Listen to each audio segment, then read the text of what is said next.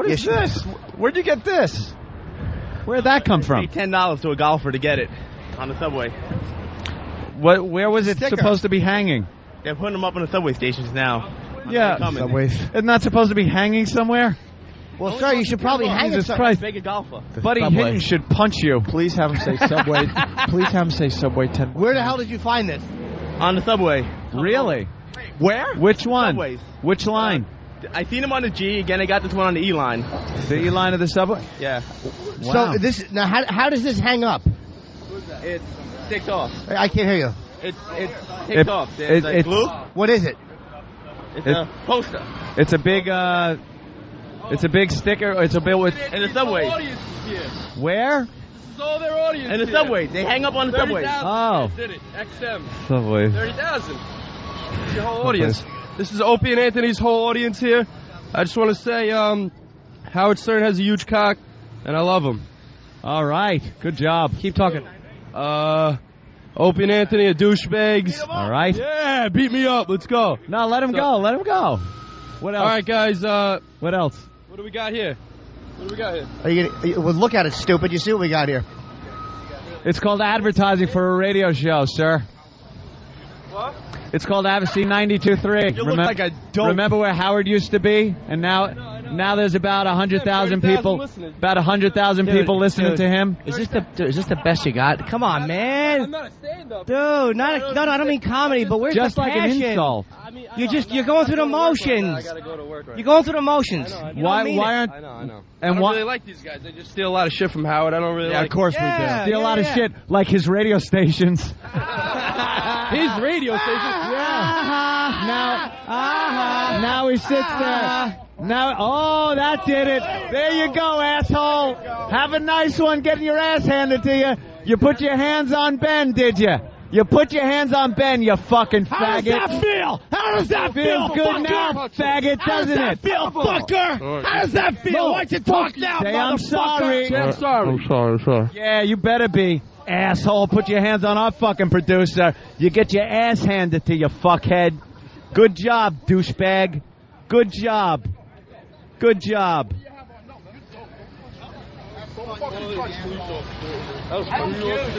That's good, but you should never spit on my fucking back. You should never attack anyone. This guy just spit on me. You should never. Who spit on you? Nobody spit on you, He didn't stupid. spit at you. No one spit on you. Asshole, you want to be You a tough grabbed guy. the producer. This is being a tough guy. You grabbed our I was producer. reading my opinion. That's all You I was grabbed doing. our producer, asshole. I'm not trying nothing. There's fucking video of it. You grabbed our producer and pushed him against the wall, you fucking asshole. After he spit That's on what me, you there's did. video He of that didn't too, so- spit on. He didn't spit on. He can't even work up some saliva with all the cocaine he does. Do you have any weapons? No, are you crazy? Okay, I let you up. You give me one problem, you're going down. All right, man. Go ahead. Make sure you call Howard and tell him what happened. Yeah. Tell him what a brave guy pushing a fucking producer. Good job. You pick one of the shortest guys. Go ahead. Yeah, you go now. Put him against the wall. Jerk off. All right. Oh, that worked out well. Oh, that was the best walk yet. Guy tried to assault Ben. Of all people, Ben. Ben's all hungover. What an ass. I just lost my voice screaming at the Oh, was that fun? I just fucked up my voice. Now the cops just threw him against the wall. I'm not going to be singing. Never seen Poe in action. How was that? He's the best. Kenny. Well, Kenny too, man. Kenny Yeah. fucking, they both jumped in. They grabbed him so quickly after he pushed Ben against the wall. It really was. Hold on, where is Ben, by the way? I want to make sure everyone knows Ben didn't do shit. No, Ben didn't do anything. Ben didn't do anything. Ben didn't spit on Yeah, anybody. move out of the way of the doorway. Where's Ben? Oh, he's talking to the cops? Ben's talking to the cops. So what? How he said Ben spit on No, his Ben back. did not. But the thing is, they were face to face. How could Ben spit on him when they're face to face? Nobody spit on the dude. No one Believe spit me. on him. He took Ben by the shoulders and threw him against one of the walls of the building, and that's when Kenny and Poe that guy was immobilized in seconds. In a fraction of a second, he was immobilized, apologizing. Yeah, I mean, that was, he did put his hands on Ben, and nobody was going to stop him from talking. It's like, no, stupid I love that he was talking. He was burying himself. It was funny to watch him running out of steam. Hey, Will Howard, I got to go to work. He realized it was a real bad idea. He thought he was going to be all tough, and then he was so intimidated it wasn't even funny. This all your fans? He wanted to rip up that poster, but he didn't have the balls he certainly to do did. It. He kept looking at it, eyeing it, trying to figure out what the move was. He certainly wanted to rip that one up and try to run or something. Oh, what an ass. That guy looked like an ass on every level. Yeah, he really verbally, was a physically, everything just didn't work out for him. I think he better rethink any plan he has in the future to do something like that. Yeah. He got ripped apart verbally. He wasn't able to verbally spar with anybody. And then when he pushed poor Ben. Ben's hungover today. Let's just be truthful. Yeah. Ben went out drinking last night. He's not at his best. And he gets thrown against the wall by some asshole. God, but to see Poe work like that. Well, Kenny, I got to say, Kenny jumped in first. Kenny jumped in. Oh, Poe had the guy on the ground in one of those hoist Gracie holes. Dude, I felt bad. The guy couldn't fucking move.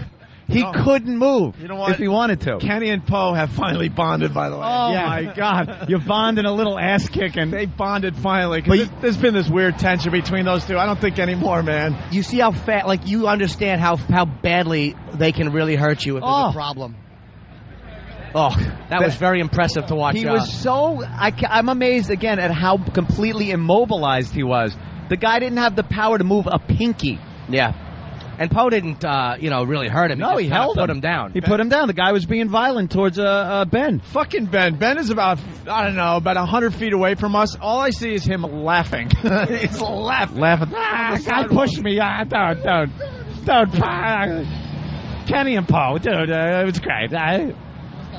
Wow, and then Poe was pretty much telling them, having the guy beg for mercy, man. Yeah, so why would you put your hands on somebody? It's just silly. I like when he goes, I'm going to let you up. If you try anything, you're going down again. And the guy's like, all right. It was just funny watching him. I enjoyed watching him verbally run out of steam. Oh, and hey, fucking... Yeah. All right, let's go inside. So did Kenny. He's giving the sign, get inside immediately. All right. Down here and all that. Hairdo. Well, you guys saw a great walk today, I'll tell you that much. Maybe the last walk. I think I know how these things end. And Kenny, everything all right? All right, thanks, guys. Disappear. Kenny's telling the listeners to disappear. Disappear.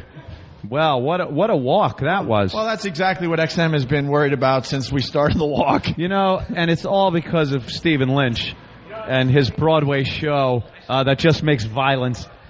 Spit on that guy. All right, the second half of the O&A show starts in moments. All right. Best walkover ever. That was a good walkover. Video going to be online. What video? Wow. What video? That was some walkover. What video? Pandemonium, ladies and gentlemen. Dude, I totally missed it. I didn't have a mic, so I was joking to him. And he goes, yeah, you can just walk ahead. So I leave you guys, everything's cool, and then I get off the elevator, and the second I walk into the XM studio, all I hear over the thing is, you fucking faggot! You fucking douchebag! Yeah, well, where was you? Where was you? I was looking for you guys. No, you wasn't. Where was you guys? I was looking for you. I finally had a front. All right, I'm bored with it.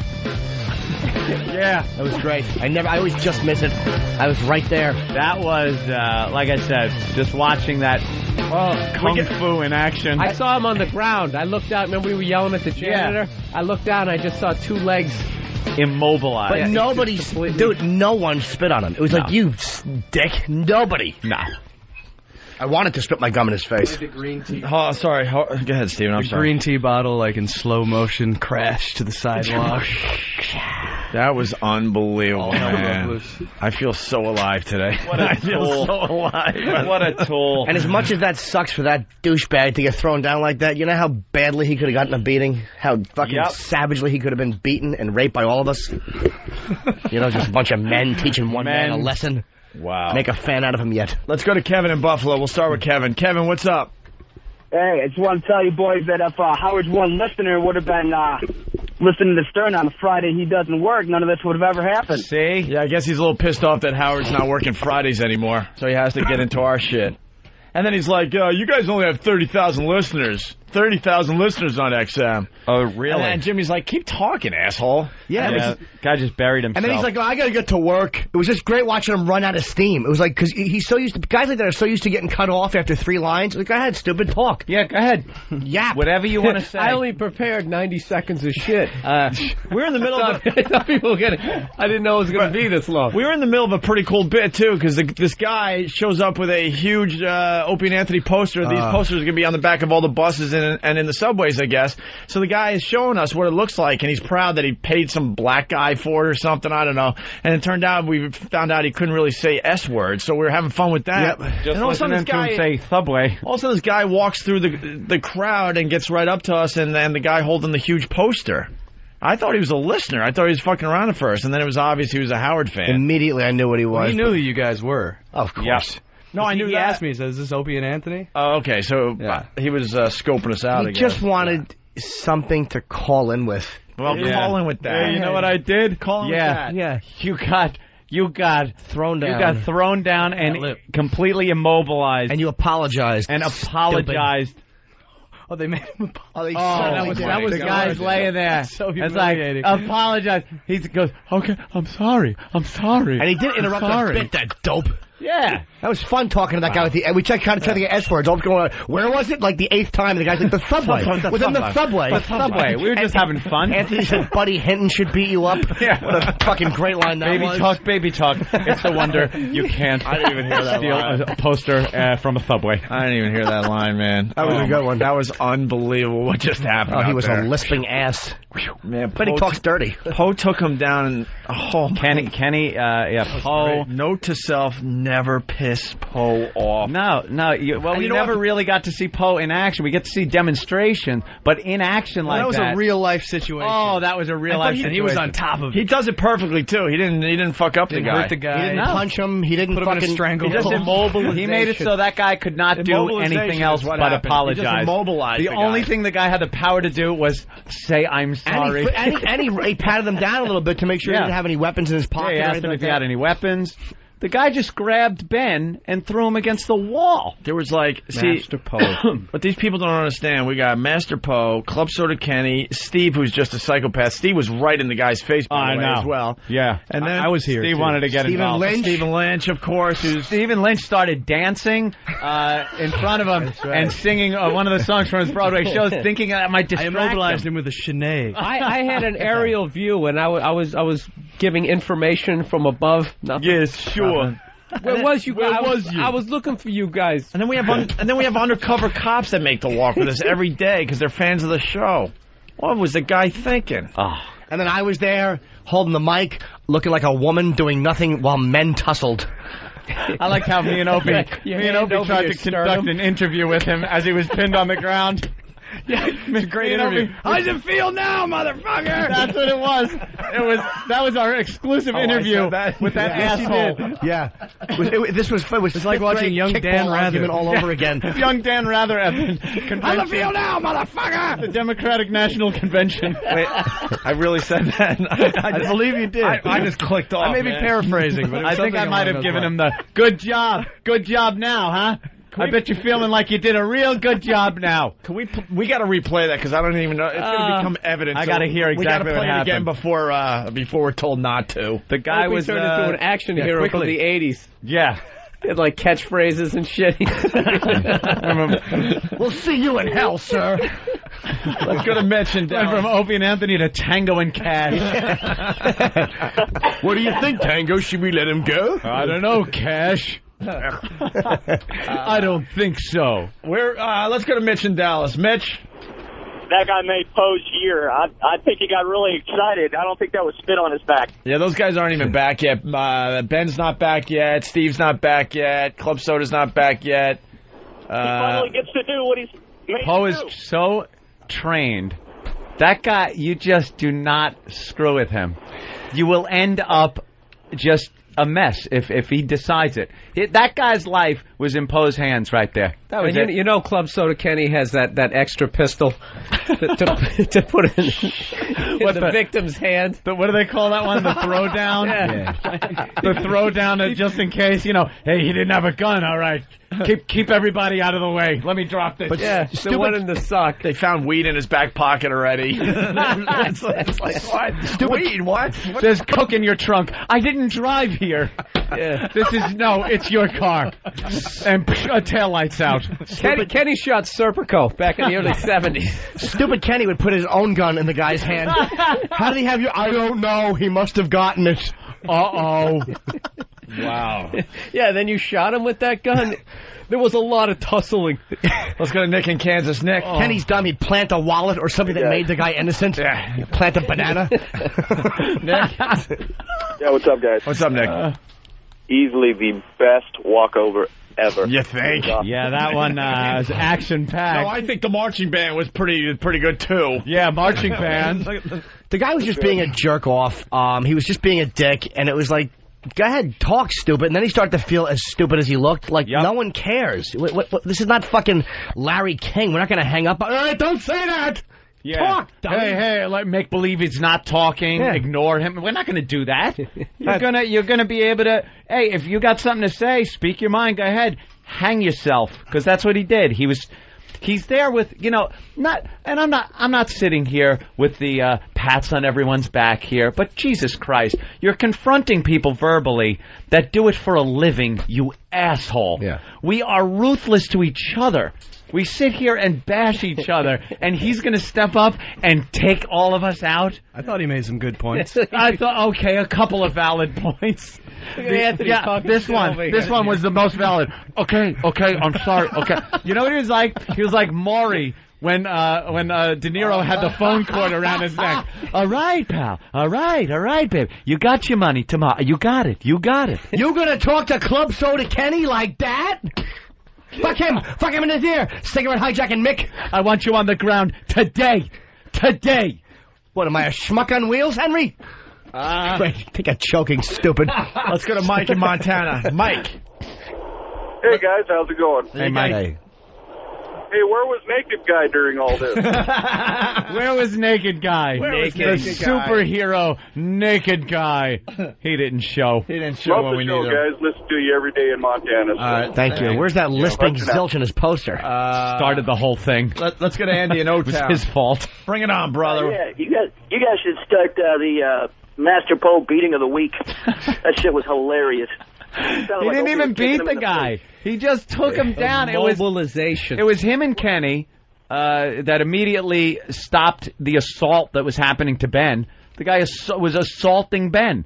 And that's their job, security. They immediately stopped that. And then Poe brought him down and made it impossible for him to do anything. Anything.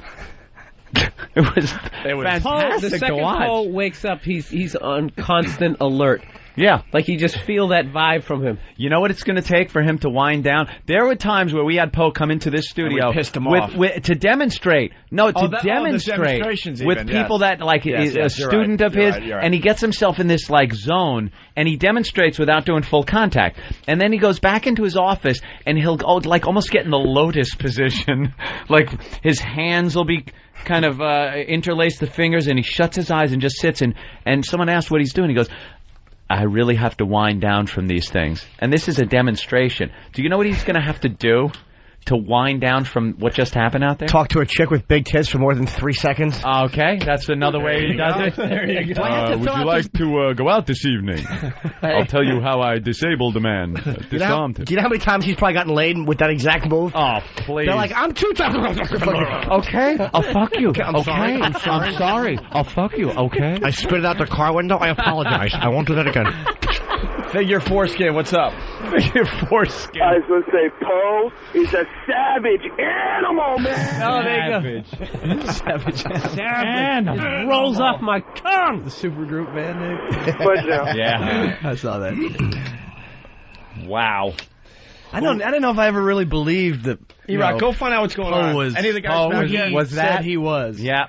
And now I believe it. Well, that's what happens a lot of times with the martial arts experts. A lot of people are skeptical up until they just see something like that. I wish you could have played the Karate Kid song as it was happening. That would have been the best. Oh, how great is that? Where is it? I gotta hear it. How funny would it be? I know, I feel unwhole unless I hear that. That poor bastard's probably still picking like pebbles out of the side of his face. Oh, you know it. That was. Hold on, let's go to. You like how I acted that out on the radio? Yeah, I saw that. That's all right. Bill in Jersey, what's up? Still doing it. Yeah. Oh, O&A, what's up, bros? What's up? Listen, I listen to you guys all the time. I fucking missed it. Could you please replay it? Yeah, we'll replay it in a minute or two. I got to hear it again. Hey, happy birthday, Rich.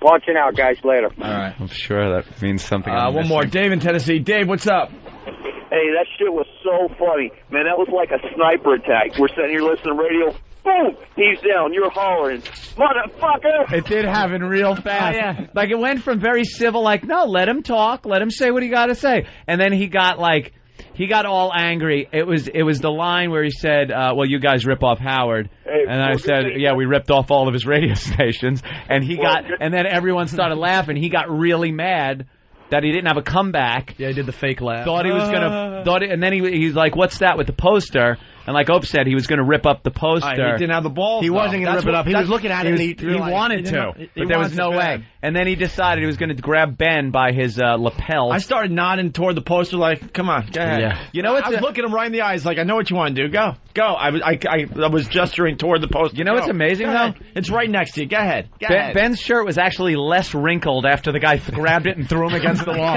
than it was when he came in this morning. Thank you. Ben's trying to explain to the officers drunk. Why there's white like powder all over his shirt. What were you holding in there, son? Nah, dude, must be laundry detergent. Time, dude. That was really the John Hinckley moment there. You guys all got pushed into the limo. That was it. Poe went into action. Poe went right into action. Wow. That's something. Do we have the audio? Where do you want to pick this audio up from, man? Oh, please.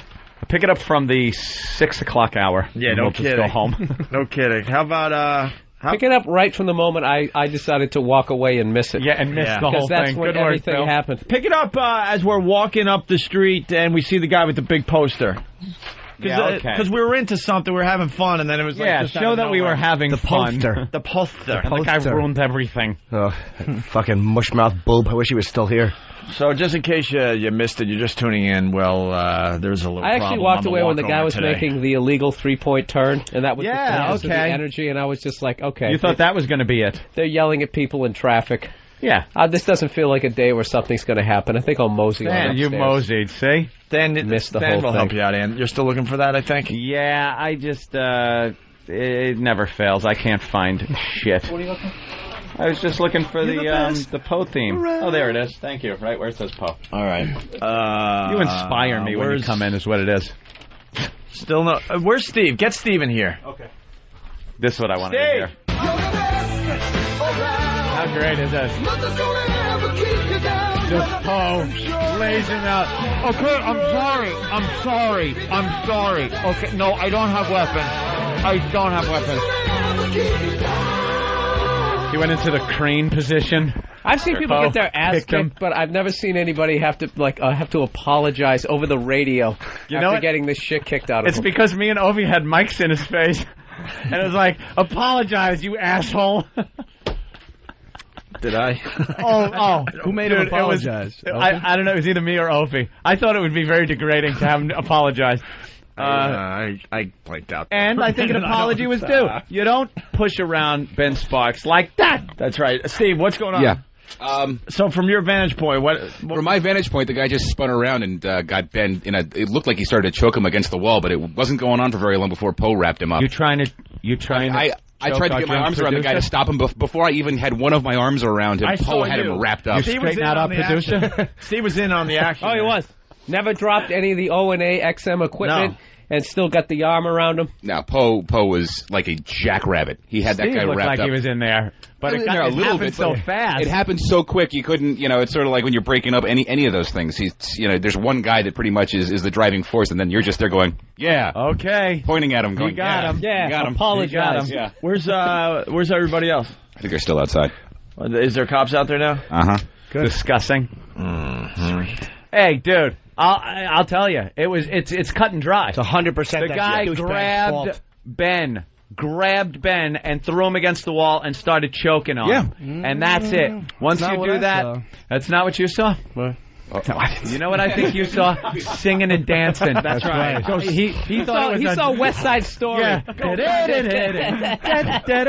Sharks. This isn't Broadway, fella. You saw the Sharpie you were signing autographs with. When you're Ben Sparks all the way.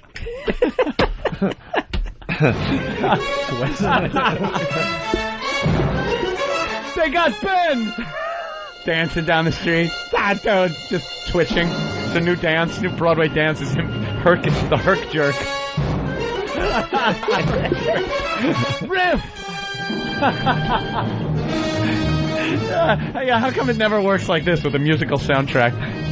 Exactly what happened. Unbelievable. Still going on though. The drama continues. What? They're just talking. If the guy, you can see outside the window? Yeah, the guy's standing there. He's kind of rubbing his neck. Sure he is. He's standing. He's fine. He's going to leave a mark. He'll make a big deal out of it. But you know what, douchebag? You shot your mouth off. You were getting embarrassed because nobody gave a fuck. Yep. And then for whatever reason, you got set off. And fucking you threw Ben up against the wall. And you got smacked. Yep. Take it. Shut your fucking face. Take it. He martyred himself for the stern cause. Yeah. Oh, look at that. A martyr. Like Howie gives a shit. He's gonna love me for this one. Oh boy, he's gonna call up. This will be his call. Yeah, Howard. Yeah, you're on the air. Yeah, yesterday, O&A were doing the walk, and I said click. Wait. All right, let's move on to something else. Wait, is this guy calling Howard in the Hamptons because he's not even working today? Oh, that's true. He doesn't work Fridays because he cares that much about what he does. Dude, Friday, like over there, click. All right, let's move on to other things. Let me tell you who I saw in the Hamptons. When I was out there, let me tell you what happened. Me and Beth. Like the guy thinks it's going to be a big thing. Well, it might be a big thing, actually. Well, yeah, but not his phone call. Yeah, you know, we'll see what happens. I don't think the media listens to the show. It should be okay. Hey, you want to listen back to the audio? I want to hear this. Yes. I want to hear this. So I think this is where we're walking and we come upon the guy with the big Opie and Anthony poster that's going to be on the back of the buses here in New York. What is this? Where'd you get this? Where'd that come from? $10 to a golfer to get it on the subway. Where was it supposed to be hanging? They're putting them up on the subway stations now. Yeah, subways. It's not supposed to be hanging somewhere? Well, sir, you should probably hang it. Jesus Christ. Make a golfer. Buddy Hinton should punch you. Please have him say subway. Please have him say subway 10. Where the hell did you find this? On the subway. Really? Jimmy jumped Where? Which one? Subways. Which line? I seen him on the G. Again, I got this one on the E line. The E line of the subway? Yeah. Wow. So now, how does this hang up? It sticks off. I can't hear you. It takes off. It's glue. What is it? It's a poster. It's a big it's a big sticker. It's a bill with In the subway. where? Okay. Now see, we are having fun. Back up a little. We're having fun with the guy. And then this guy walks up and says that this was all the people that were there were all of our listeners. Opie and Anthony's whole audience. Yeah, whole audience is here. We get it. We get it. Do you know, our audience is so much huger than Howard's audience. Yeah. It's ridiculous. Yeah. So lighten up, Francis. Yeah. Yeah. Lighten up. Whole audience. And you homos chokes me out. And I kill you. I kill you. It takes off. I can't hear you. It takes off. It's glue. What is it? It's a poster. It's a big sticker. It's a bill with In the subway. where? All their audience. In the subway. They hang up on the subway. Oh. Did it. XM. Subway. 30,000. Your whole audience. This is Opie and Anthony's whole audience here. I just want to say, Howard Stern has a huge cock, and I love him. All right. Good job. Keep talking. Huge cock. Opie and Anthony are douchebags. All right. Yeah, beat me up. Let's go. No, let him go. Let him go. Oops. What else? All right, guys. What else? Savage listeners. What do we got here? Are you gonna, well, look at it, stupid. You see what we He's got looking here. at the poster, but he doesn't have the balls to It's go called for it. advertising for a radio show, sir. What? It's called Avicii 92.3. You look like a dope. Remember where Howard used to be? And now there's about 100,000 people. About 100,000 people listening to him. Is this the best you got? Come on, man. I'm not a stand-up. Dude, no, I don't mean comedy, but where's Just the like passion? an insult. I mean, You're going through the motions. You're going through the motions. Why aren't? I know. And I don't really like these guys. They just steal a lot of shit from Howard. I don't really like. Of course we do. Steal a lot of shit, like his radio stations. His radio station.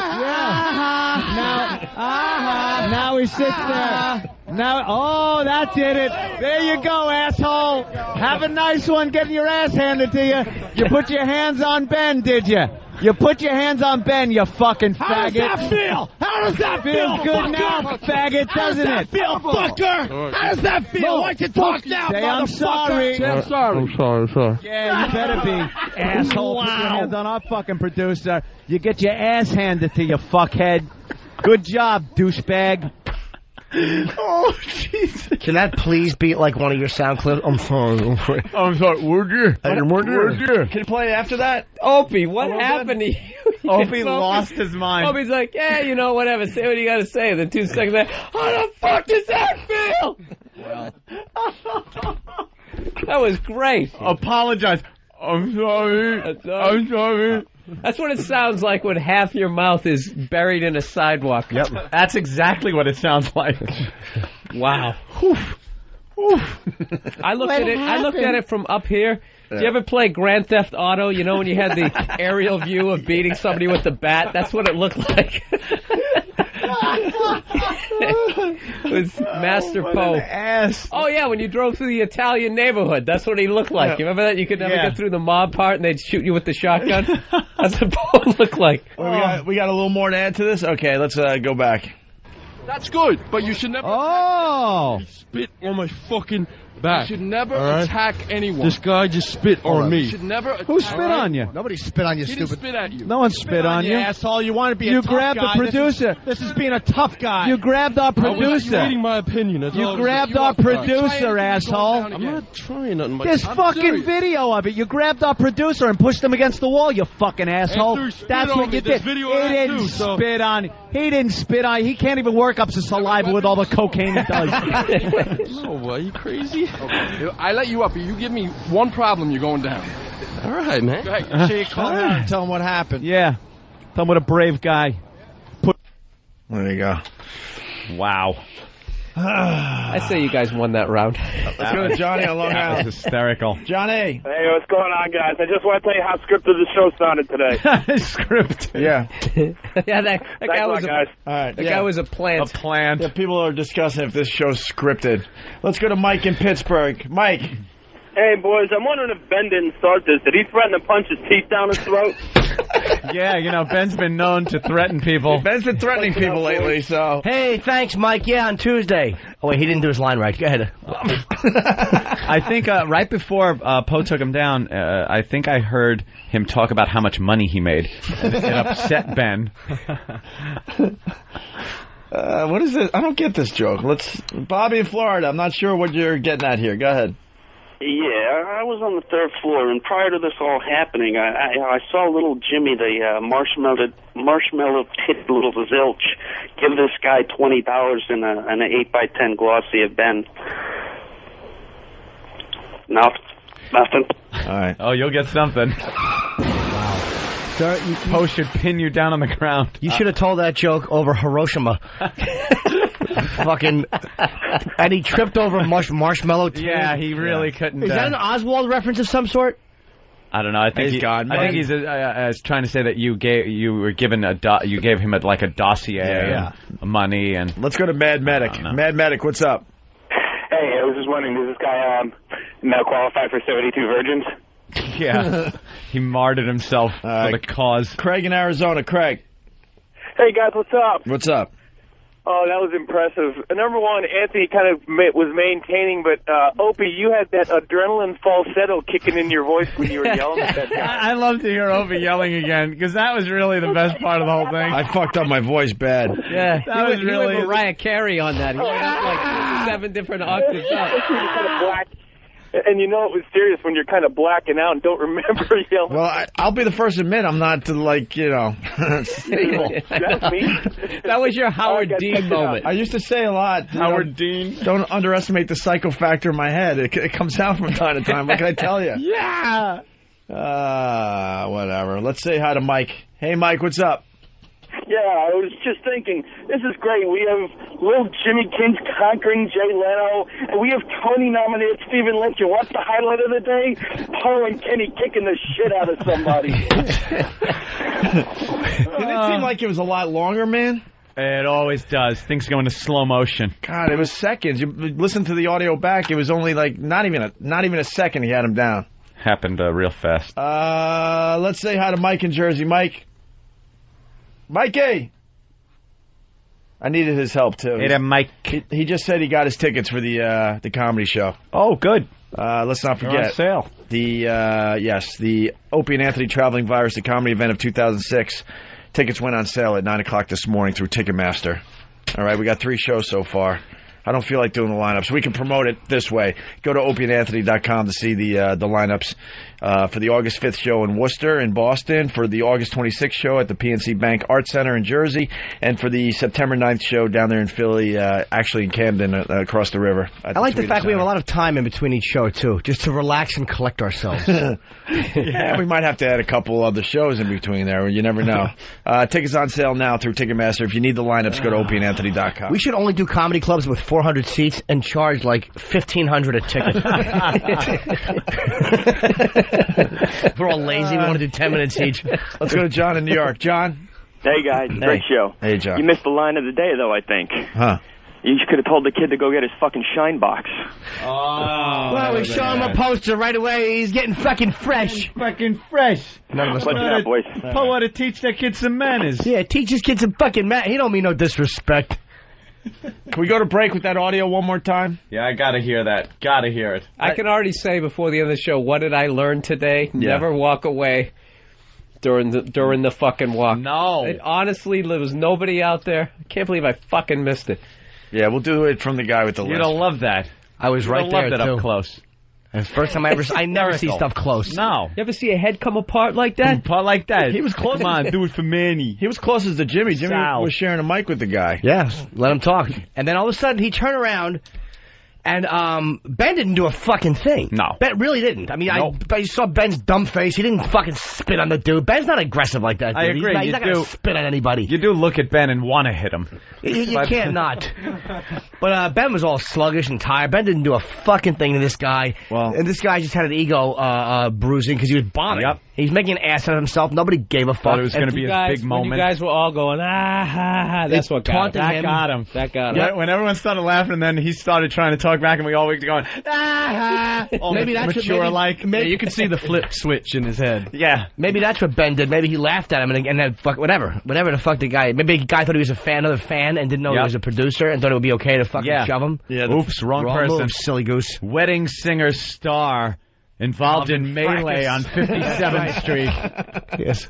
Wedding singer star, but involved in gay bashing. But he danced his way out of it. Yes, Anthony did call him a faggot. I don't know. They're going to call him in and they're going to have like that whole conversation where you as a star of the show, you really have to think about who you're hanging out with. Really, who you surround yourself Point with. out in your contract. But they'll be going, we understand you had a relationship with these people beforehand, but you just got to give it some thought whether these are the people you now want to still align yourself with. A little known fact. You're in a new job now, a new career ahead of you. It's not a time to look to the past. A little known fact, right. Stephen Lynch distracted him by doing jazz hands. Yeah. He was doing Fosse. He was throwing some Fosse at him. Come on, my baby. Come on, my darling. Over here.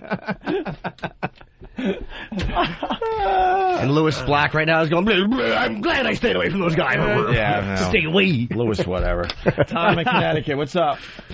Hey, how you guys doing? Hey, Tom. Hey, you got to make a ringtone out of that punk fan. I'm sorry. The I'm sorry is hysterical. The best part. It is the best part. It's one of the greatest. And I know what XM's going to do. We want to continue doing the walk. I'm telling you right now. Oh, and by the way, you may have heard the end of the walk. No, absolutely not. We're not stopping the walk. Oh, it's got to be West Side Story because then there'll be 10 Stern fans. Yeah. And a random Bob Edwards fan. We could start a new Guardian Angels program. Get the just for the walk. Get the One pests out there in their awful freaking uniforms. They got to wear berets and vests. I got to admit, if I'm ever going to take a karate class, I think I got to go with Poe. Got to go with Poe now. You gotta go that was one of the best endorsements for his dojo ever. Exactly. What if it is a war now? And I mean, what if more people keep showing up? You know what? I want to go to break, but now the observations are coming in. Gorger, it looks like, from Michigan. George, what? Gorgar. All right, Gorgar, what's up? Holy crap, talk about mob mentality. I was just waiting for somebody to start shouting, pump that pussy. I gotta tell, this guy speaks the truth. They had pitchforks and torches. You see Let's go, college boy, you're next. You see the videos on TV, you're like, oh, the one guy's taking care of the situation. Why 5, 6 guys have to kick the kid in the head? Yeah. You never understand when you see those videos. Well, that was good, too. Like, everybody was kept at bay. Dude, like, it wasn't one of those situations where, you know, a crowd is going to come over and start kicking him in the head. It was handled. It was handled the way it should have been handled. He was thrown down. With the exact amount of force necessary to keep him from assaulting our stupid producer. Poe and Kenny didn't throw a punch at him. Nope. You know, no one. He was immobilized. Pete Populardo, is this the real Pete Populardo? This is me, guys. All right. Pete, what's going on? Why are you calling the show? I just wanted to let you know, obviously you guys know we went on sale at 9 o'clock this morning, and the ticket sales are huge. I mean, we're talking about having to open up more Boston. More what? Having to open up more seats in Boston and Philly already. Wow. We didn't put lawn seats on sale yet because we wanted to see how they sold, and they're blowing out pretty quick. We're going to sell out the pavilions in both those places today. Nice. All right, good. So what are you saying, that we should quit promoting it? Because Pete hates a fast sellout. That's one thing Pete hates. Yeah, Pete hates that. Wait, how many seats today? 18. You got about 6,700 in Philly in Boston and in Philly and New York to get through. We're about 3/4 of the way through those already. We sold 3,000 tickets in the first 15 minutes in each of those cities. Holy shit! Wow, all those fans out on the sidewalk. I guess that was all of our fans out there. Wow. Almost all our fans have bought comedy tickets. Jeez, damn. You don't understand what happens when you put Norton on the bill. Right. You fucking get ticket sales. Hey, buy a ticket. Comments, Bill. Or Master Poe will punch you. That's Tonight Show's Jimmy Norton. Worcester's doing well, but you guys got to kick your Boston fans in the ass. Boston? Why? Are they fucking up? No, they're a little slower than Philly and New York. Well, Dan in Boston's saying the Boston show's selling fast as well. All right, Dan. Hey, come on, Bill. Talk to your people. No, it is selling fast. We're probably about somewhere between 4,000 and 5,000 tickets in Boston in New York and Philly. And we're probably about 25 to 3 in Boston already. Right, I'll help. Go Your Sox. Boston fans are a little lower. I'm a Sox fan now. That's right. Whites only at this show in Boston. White people only. Watch that red sold out sign fucking pop up. Animals in Boston. Well, there you go, guys. Fucking hypocrites. The truth of the matter. Hey, come on. Oh, Bill, I'm teasing. I don't. Wow, that's great news, Pete. Give us another update before the end of the show today. Liberal New Jersey. All right, thank you. Let's go to Dan in I never Boston. heard Pete on the radio before. I know. He has stinks. the fucking pizzazz of an anal tumor. He needs to be choked. Guys, you're right. Doing ticket counts. His fucking phone is fading out. Pete stinks on the air. He needs his own phone is hanging up on him. Oh, it's just awful. Guys, you got to do it. We're going to open lawn seats. Yeah. Wow, let's put that to music. He needs to go 2 seconds with Master Poe. The next time Pete calls his radio show, I hope Poe chokes him. Yeah, let's go to Chris in West He has to Virginia. apologize. I'm sorry. Sorry for calling in. Chris, what's up? Hey, what's up, boys? Hey. Hey, me and my buddies got tickets for the Philly show. Did you? We're going to make a weekend out of it. We're going to go to the Philly show and then end up in Atlantic City. Awesome, man. Oh, cool. Thanks. Have fun. Yeah, good luck. Philly. I hear there's something that you can't hear in the tape, but you got to listen real closely. After he apologizes, he goes, more importantly. Yeah, trying to get out of it. Let's go to Joe in Chicago. What's that for? What's that from? Oh, you were out in Hollywood Yeah, with you your were doing friends. Hollywood. Kate and I were talking. An inside joke. Joe. How you doing, boys? More importantly, you were doing Quickly, the Tonight hold on, Show. Joe, hold on. Quickly, Joe. Yeah, let me just explain because it really is one of those things that you would have enjoyed had you been here. It was a guy calling up and he bombed. He bombed at something, and instead of just taking his bomb, he goes, more importantly, and started talking about something like that, like what he just said. No, he lied. Yeah, he lied, is what it was. It was whatever. Say I make it simple. I said my name's Bill, and he goes, actually your name isn't Bill, and I go, no, actually it is Bill. And he goes, well, more importantly, he just continued on with this. So it completely blows off what you just said and the controversy of what had just happened. He wanted to wipe the slate clean of his bomb. Yeah. And more importantly seems to be, okay, more importantly. No, not more importantly. You stunk it up. We've had our fun, guys, but let's move on to the business More at hand. importantly, let me get on with my point that has no point. More importantly. Let's get back to the show. Joe in Chicago. Joe. I would like to congratulate Opie. His homeboy lessons are paying off. The usage of the word motherfucker was beautiful. Thank you, sir. Opie's Thank getting a you. brother saying your usage of the word motherfucker was used perfectly. Right on. You will be hanging out uptown in no time. Something's going on with the black listeners and my part of the Opie and Anthony show. When we were at Tower Records, I had 2 people say they liked me on the show. 2. The homeboys. There were well over 600-700 people there. I only had 2 people say, "You're my favorite on the show." It was 2 black women with huge boobs. A couple of reasons. A, because you're the one of the 3 who does not do constant racist humor like we do. And you're blue-eyed and blonde-haired. You're the epitome of a white person. And they think if they can get along with you, it gives them hope. I'm like, man, I'm blowing up with the black ladies. That's a good place to start. The 2 fattest disasters in the room, too. They probably heard about your obsession with Florida Evans. Yeah, right? All right, we got to take a break. We're going to play the audio again as we go to break. Oh, please, I got to hear it again. And by the way, I just got a communique from Elo. All it says is, holy shit. Uh-oh. That was fine. Oh, they're going to be discussing this all weekend now. Yeah. I don't know. I think we got to. I think we got to stop the walk. Is there going to be a problem? We got to stop the walk. It's obvious. We got to stop it. So No, this is... No, the walk That was a continues. great episode. You guys were on fire. There's someone here saying that all of our listeners are just buying 200 tickets apiece, you fucking scripted failures. All right. Well, we had a little problem in the walkover if you're just tuning in. I think a lot of people are listening right now because they heard about it already. Here it is as it went down. What is this? Where'd you get this? Where'd that come from? Pay $10 to a golfer to get it on the subway. Where was it supposed to be hanging? They're putting them up on the subway stations now. Yeah. Subways. Isn't that supposed to be hanging somewhere? Well, sir, you should probably hang it. Jesus Christ. Make a golfer. Buddy Hinton should punch you. Please have him say Subway. Please have him say Subway 10. Where the hell did you find this? On the subway. Really? Where? Which one? Subways. Which line? I seen him on the G. Again, I got this one on the E line. The E line of the subway? Yeah. Wow. So this now, how does this hang up? It takes off. I can't hear you. It takes off. It's like glue. What is it? It's a poster. It's a big sticker. It's a bill with. In the subway. Where? This is all their audience. In the subway. They hang up on the subway. Oh. Did it. XM. Subway. 30,000. It's your whole audience. This is Opie and Anthony's whole audience here. I just want to say, Howard Stern has a huge cock, and I love him. All right. Good job. Keep talking. Opie and Anthony are douchebags. All right. Yeah, beat me up. Let's go. No, let him go. Let him go. What else? All right, guys. What else? What do we got here? What do we got here? Are you gonna, well, look at it, stupid. You see what we got here? It's called advertising for a radio show, sir. What? It's called ABC 92.3. You look like a dope. Remember where Howard used to be? And now there's about 100,000 people. About 100,000 people listening to him. Is this the best you got? Come on, man. I'm not a stand-up. Dude, no, I don't mean comedy, but where's Just the like passion? an insult. You're going through the motions. I gotta go to work right You're going through the motions. Why aren't? I know. And I don't why? really like these guys. They just steal a lot of shit from Howard. I don't really like. Of course we do. Steal a lot of shit, like his radio stations. His radio station. Now he sits there. Now, that did it. There you go, asshole. Have a nice one getting your ass handed to you.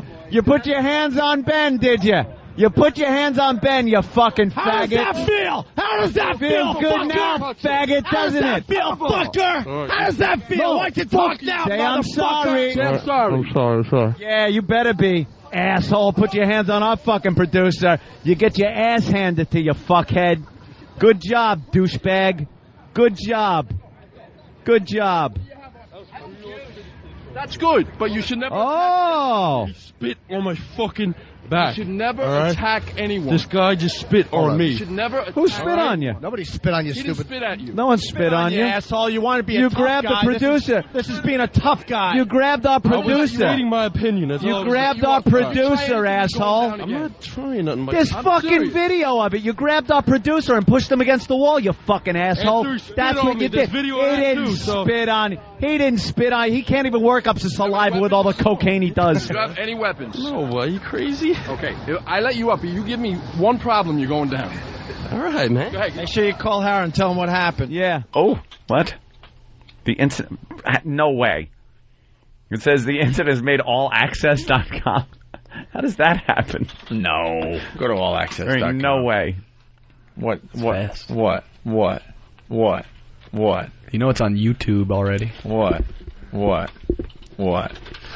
It's, of course, on the New York radio message board. Is it really? Somebody picked up on the fact, I didn't even think of that. That kid said, Howard Stern has a huge cock and I love him. Yeah, well, that was the call. That was the battle cry of the guy outside. Wait, see, All we're right. trying to do more material, and we can't. Well, I want to hear the Britney stuff. Yeah, we will. Where's that? When you're Is crying Daddy Britney. fine in the clip? He might have to reburn it real quick. Oh, he's going to reburn it. Why? These are all new clips? Yes. Oh, okay. Tell Danny to speed up before he gets a backhand across his face. No, Love to slap Danny. Well, now we're distracted. Go to net news or something like that. I might.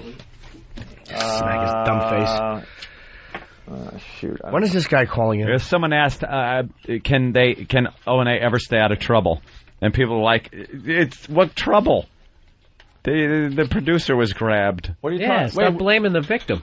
And where's that? on New York radio. Oh, go to New York message radio, board. then. I can't find anything. No, do this. All access. All right. Yeah. Anything we do. Anything we're involved in. Stern fan O&A scuffle on the walk from Free FM to XM. A Stern fan started mouthing off to O&A, and their fans that were following them. The Stern fan grabbed O&A's producer Ben and was taken down to the ground by security. All this was broadcast live on their XM show. Police are now involved. Can these two ever stay out of trouble? These two handled themselves very well, as did the fucking security and everybody else. No one stomped the guy. Well, imagine if that was Hot 97, he would have had fucking, his teeth would have been kicked out, he would have been shot. No kidding. That's true. This is what happens with, this is what happens with white stations. There's a scuffle, security takes somebody down and holds them there and says, "You're gonna behave." That's what happens. There's no fucking hip-hop wars, no one gets shot. No lives have been threatened. Just the guy's a douche. He gets out of hand. He gets thrown down. That's the end of it. Can these two ever stay out of trouble? Hold on. From what you said, they were walking and a Stern fan grabbed their producer. So how is that their fault or them being in trouble? It seems like the Stern fan is the one who caused the incident from what you wrote. Okay. He just couldn't handle being laughed at like that, and that's what was happening. Yeah, that kind of got him a little It's like, dude, we're not going to get angry about that stuff. It's not Larry King, 1991. No one gives a shit. And then another one. That's a stupid question. How are O&A in trouble when some idiot on the street assaults their producer? When Stern was accosted on the street several months ago and it made all the papers, did you comment that he was in trouble? Here's the... Oh, sorry. Here's the All Access. Howard Stern fan allegedly, they used the words allegedly and stuff, allegedly grabbed and pushed Opie and Anthony executive producer Ben Sparks against the wall during O&A's daily Walkover Friday between the show's FM and XM studios. The fan, who initially was permitted to say pro-Stern, anti-O&A comments on the air, but ran out of things to say, claimed that Sparks spat on him. A claim denied by Sparks and O&A, who noted that the incident was caught on tape. The Stern fan was subdued by security guard Master Poe. Anthony Cumia's comments on Poe: "You do not screw with him." And comic policeman security guard John Club Soda Kenny Fetter. Get out of here. That's what it says. While Opie stuck the microphone in the man's face and profanely demanded and received an apology. The incident was the first case of the walkover being interrupted by a Stern fan since O&A began terrestrial radio crossover April 26th. Best walkover ever, Opie producer pronounced once the crew made it to the XM How studio. accurate is that, though? The guy was permitted to say what he wanted on the air, and he was. Oh, yeah. He was permitted. No one's going to fucking cry about it here. He ran out of gas. Run out of steam, stupid. Go ahead. Wow. Yap until you fucking sputter. Oh, boy. It's only that. Ran out of steam and the ability to stand upright. Just an asshole. Just an asshole. It's only in a couple places. It's no big deal. This doesn't seem like it's going to go anywhere. This won't have any legs. No, I don't think this will go viral whatsoever. It won't go anywhere. That's just silly to think that. Maybe Pete Papalardo could call in with another fun update on tickets. Guys, we're at 5 and what? All right, thank you. It's, not like the press likes writing anything that involves both us and Howard in some way, shape, or form. No, I don't think that'll happen. Not at all. That would be silly. Okay, well, we will see you on Monday. I thought Monday we had a What? We don't. We have a CBS show to do in the morning. And then we have this show to do, and hopefully the walk will be a little more civil. Less violent. I know, I'm afraid to leave it. A little more civil. Okay, we will see you Monday. Have a nice weekend. When we get back, we got to talk about what happened to us after the show on Friday. Oh, yeah. This side of the Opie and Anthony show has no idea that all hell broke loose after we left the studio on Friday. Yeah, a big to-do. A huge to-do. An altercation. Mm-hmm. A big altercation. Where now it's a big thing. It's a thing now. I spent half the weekend taking phone calls. Oh, I got phone calls. I don't even know what the hell they were about. I don't even know what they were about. From top brass. It is what it is. Simple as that. It is what it is. Yeah. We'll get into all the details next if you haven't heard yet. But, basically we leave this first half of the Opie and Anthony show. We go downstairs in the lobby. We grab some microphones. And then we walk over to XM, and that's broadcast exclusively on XM. And we continue the show over there at XM. Well, on our way to XM, there was a pretty big altercation. Mayor Healy showed up. Mayor Healy had to be subdued. We'll get into all the details in just a bit. Mayor Healy. Anyway, we got into a little altercation after Friday's show. And it's become a big thing over at XM for some reason. It's a big thing over at XM. Nowhere else. With no one else with the show. No, it's just...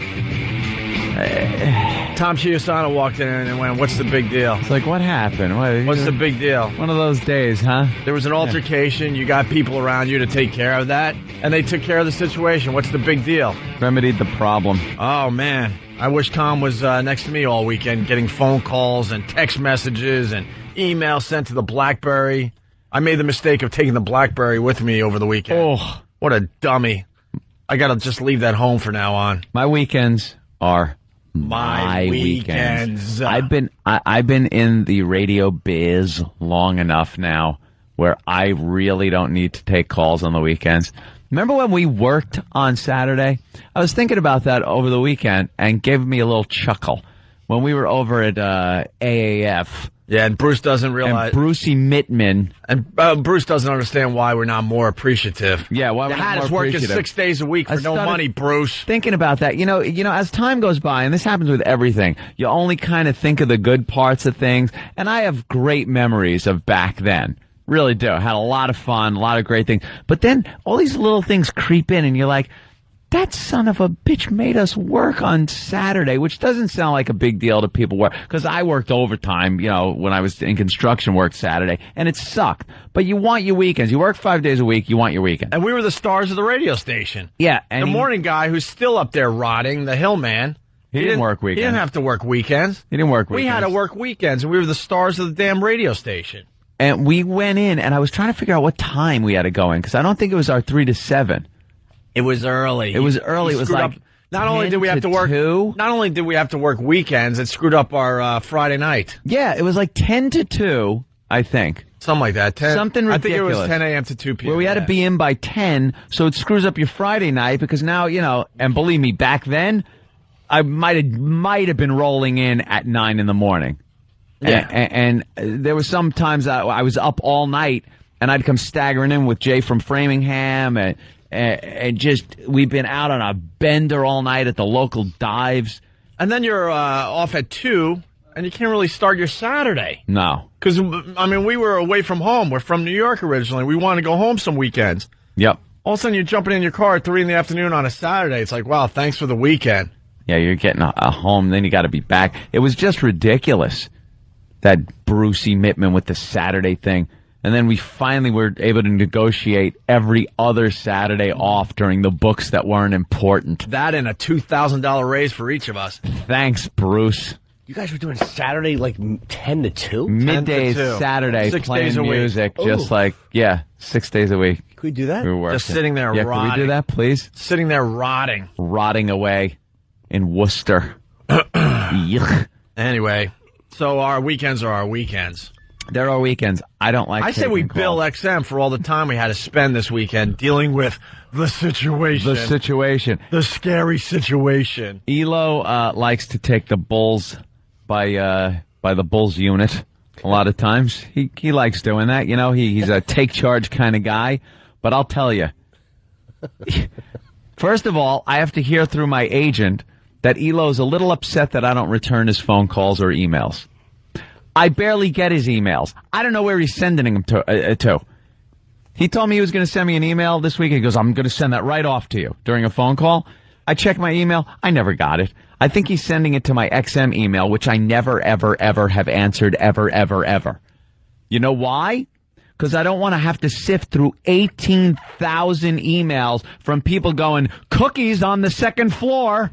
Well, that would be great if we worked in Washington with you dopes. You idiots down in Washington. You know, we should talk about this. Oh, my God. I was talking about this with someone that works in a big company, so a lot of people can relate to this. I will never use corporate email ever. You get a corporate email account, and you think it would be great to keep tabs on everybody and your workplace. But, half the time it's stupid emails from stupid people that are lucky to even have a job in your organization. Lost my keys in the lot today. Right. It's to my gray Nissan. Right. I believe I dropped them between 2:45 and 3 o'clock. If anyone sees them, could you return them to the And because when I first started I had the BlackBerry. I had the email account set up for me at XM, and I'm scrolling going, why am I getting these? And how am I supposed to find the important ones through Mary? Going out tonight? I'll join you after work, Fridays, as usual. Why am I reading this crap? How about this one? If anyone has found a hoop earring, I might have left it in production room B12. Yeah. Bob, you left your headlights on. Oh, did Bob? Who cares? You want to send one out? Lost computer files that I swapped with Gary Glitter. Please send immediately. God, we should start doing that. Anyone I've had sex with over the past 6 months, test came back, yes, AIDS. E-Rock just sent this one. This was actually sent. Just a corporate email that just says, it's a boy. Oh, who cares? Who gives a crap? Who cares? Who Logan got caught sleeping with. So your wife spit one out. Who cares? You think you're the only one that's spitting out a child? No one cares except you and your family. It's got a fat tongue and a mo haircut. Congrats. It's an embarrassment. Of course, it'll be a medal winner. It's a... They all win medals. It's a yuck. It's a yuck. If anyone has found my hoop earring. Who cares? You broads are lucky to be in radio. Stop messing up our corporate email, because the broads are the worst. The broads are the worst. Chatty Cathys. You know, they're chatty Cathys to begin with, and then you give them a BlackBerry where they have access to the entire company's email. Now they can meet you in the cafeteria. What's for lunch today? I don't know. I'm on the low-carb diet. Who cares, fatty? Who cares? They try to be funny. Oh, little jokes. I'm being handed actual emails. Oh, yeah, he's going through them right now. That goes to the entire company. Anyone have Little Mermaid on DVD? I need it for production. Fired! Right there. If Elo, instead of calling me at 9:30 on a Saturday night when I'm trying to watch the Da Vinci Code, okay, I don't know how it got to my house, but it got there. Instead of that, go through your email. You better not admit that, by the way. The lawyers will have to discuss that for hours with situation. You. Please. Anytime you see an email that says anything like that, what was that one? That last one? The mermaid? Looking for the Little Mermaid? Looking for the Little Mermaid. If you see that, Elo, fire that person. Can't you decide who you want your emails from? Like, can't you say, I will only accept emails from this, so you'll only get corporate emails that involve you? I have no idea. Why should you have to? Why should I have to figure out buttons like that? Is this a real corporate. Massages on Thursday? Who the hell is giving massages on Thursday? Asian, Eric Logan. They have massage therapists. Full release. But it's only in D.C. They have a massage therapist that comes into the compound down there every Thursday? Dude, they got a gym down there, remember? Yeah. Well, that's cool. So you don't check your XM email because of this. So and I don't blame you. I never check it, but everybody else knows. I've given every important person my personal email that I use that everybody uses for me, and that's what I use. What is it? Oh, shut up. It is fun though when you get the email.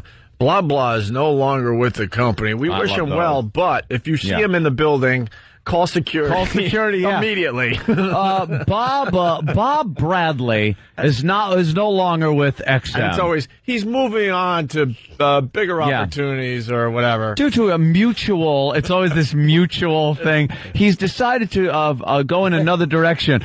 If you see Bob in the building, please phone security at 3:05. Right. It's like he's a great guy. We love him. He left on his own accord, but he will be maced and his hair will be tousled, and he'll have bruises on his forehead like a dopey mayor. Why don't they just send out an honest one? The cancer that was Bob Schwartz has been cut free from the XM lung. You can't do that in this stupid corporate world. All albatross is gone. I'm never honest. Just a bunch of corporate BS all the time. Mr. Suggestions belong in a baby diaper has finally been sent packing. Good riddance. So, if you see him, say good riddance to bad rubbish. So does he have your private email or what? I don't know. Sometimes I get emails from him. Yeah.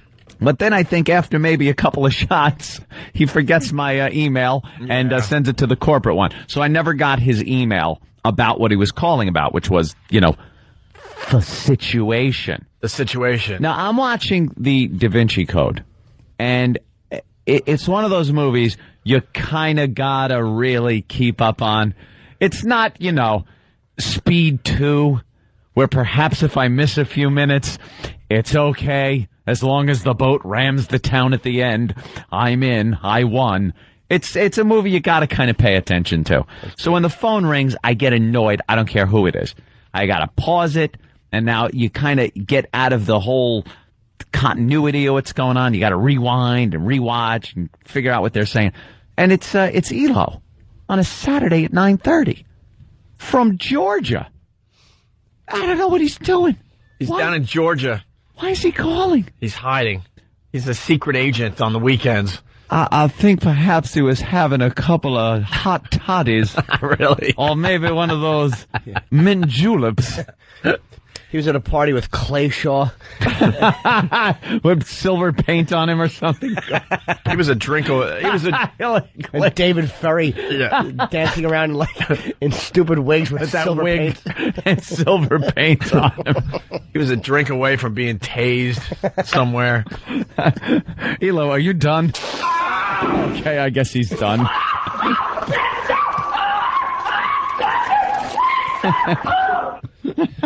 He was actually a Klansman. He goes down to march. No one could see me under the hood. Yeah, so he called me up, and it was always just he was talking about the situation. Was he in the situation room? I think he was in the situation room with Wolf Blitzer. He probably had a huge table in front of him and one of those big pointy sticks. Dude, pointing at stuff like Hitler with the map. Just where are my generals? See, this is where the situation got out of hand, and we need to do a better job next time this happens. Patting little children on the cheek. I wish I had a whole division of DJs like you. Little Lieberkinds. Lieberkinds. Whatever they're called. Kinder whatever. Nazis. I don't know. So basically, you had to live the Da Vinci Code is what you're getting at. Yeah. You were watching the Da Vinci Code, but then Elo called you, because I know what you're going to say. All of a sudden, you have to now live the Da Vinci Code and figure out the whole puzzle that was the situation. Yeah, because the situation, as it played out, is what it is. And we'll explain it. But Elo, being brass, doesn't want to say anything, which I guess, that's what brass does. It's called plausible deniability. In any situation, the upper echelon always wants plausible deniability, so they can detach themselves from a situation. So as Elo is trying to explain to me the situation, he didn't want to explain in any detail so he can later, if he ever had to, say, I didn't know nothing. So it's like in code. He's talking in this code that I'm trying to watch the Da Vinci Code, and I'm getting, FedEx little boxes with rolly things on it filled with vinegar to disintegrate notes. I'm getting coded messages that I have to write down. I want to reach for the phone and choke him. Do you know what you do? Here's how you stop that. You go, look, dude, I can't. Can you speak up? The tape is not getting any of this. Is this being taped? Are you on a cellular phone? I don't know you. Prank caller, prank caller, prank caller. That one. It's just Pulp Fiction. Yeah, very nice. It's just ridiculous. Lance, she's dying on me, Lance. Is this a cell phone? I don't know you. Prank caller. Prank caller, prank caller. Love that one. He comes pulling up on the lawn. Yeah, so that's what I had to deal with over the weekend about the situation. A man with a strange haircut is trying to elevate this situation into something bigger than it should be. What an ass. Oh, I love the man, but Jesus, between Friday and Monday, I must be left to my own devices. I must be. That's it. He's still in, secret agent mode, too, because I gave him a little info. Because over at XM, we have our own channel, so, we replay the show all day long. Yeah, all day long. But because of the situation, they went into Panicky Pete mode. Total. And just completely wiped it from the replay. Yeah, they're like Stalin over there. Which didn't make Never existed, never happened. Which didn't make us happy at all. Purge. But then all of a sudden there was a glitch in the computer, and I guess the show reran overnight. Oops. So I told Elo about it. He's like, I'm on it. He writes me back, I'm here at XM. I'm on it. I'm on it. Elo loves this because let me tell you why. I'm on it. Because XM is like Geek Central. Just always has been. And there's really not much excitement going on behind the scenes there. What's happening, the shows that are being added, things like that. That's the excitement part. But they don't really get to relish in that. The on-air staff does. They get, hey, did you hear about the new transistor we put in this unit? Jeep, jeep, jeep, jeep, jeep. That's a trip to Washington. Jeep, jeep, jeep, in meetings. And that's what they live. So something like this, Elo actually put on like a trench coat and a Mike Drudge hat, and he's walking around in a film noir. He just thinks he's a secret agent. He's manipulating two little silver balls in his hands. I knew there was a way that replay shouldn't have happened. They told me. The replay shouldn't have played. Who had two portions? Who played two portions of the replay? Hey, you had one. Each one of these cans of sand represent a replay. I got the email. It said Old Yellowstone in the subject heading.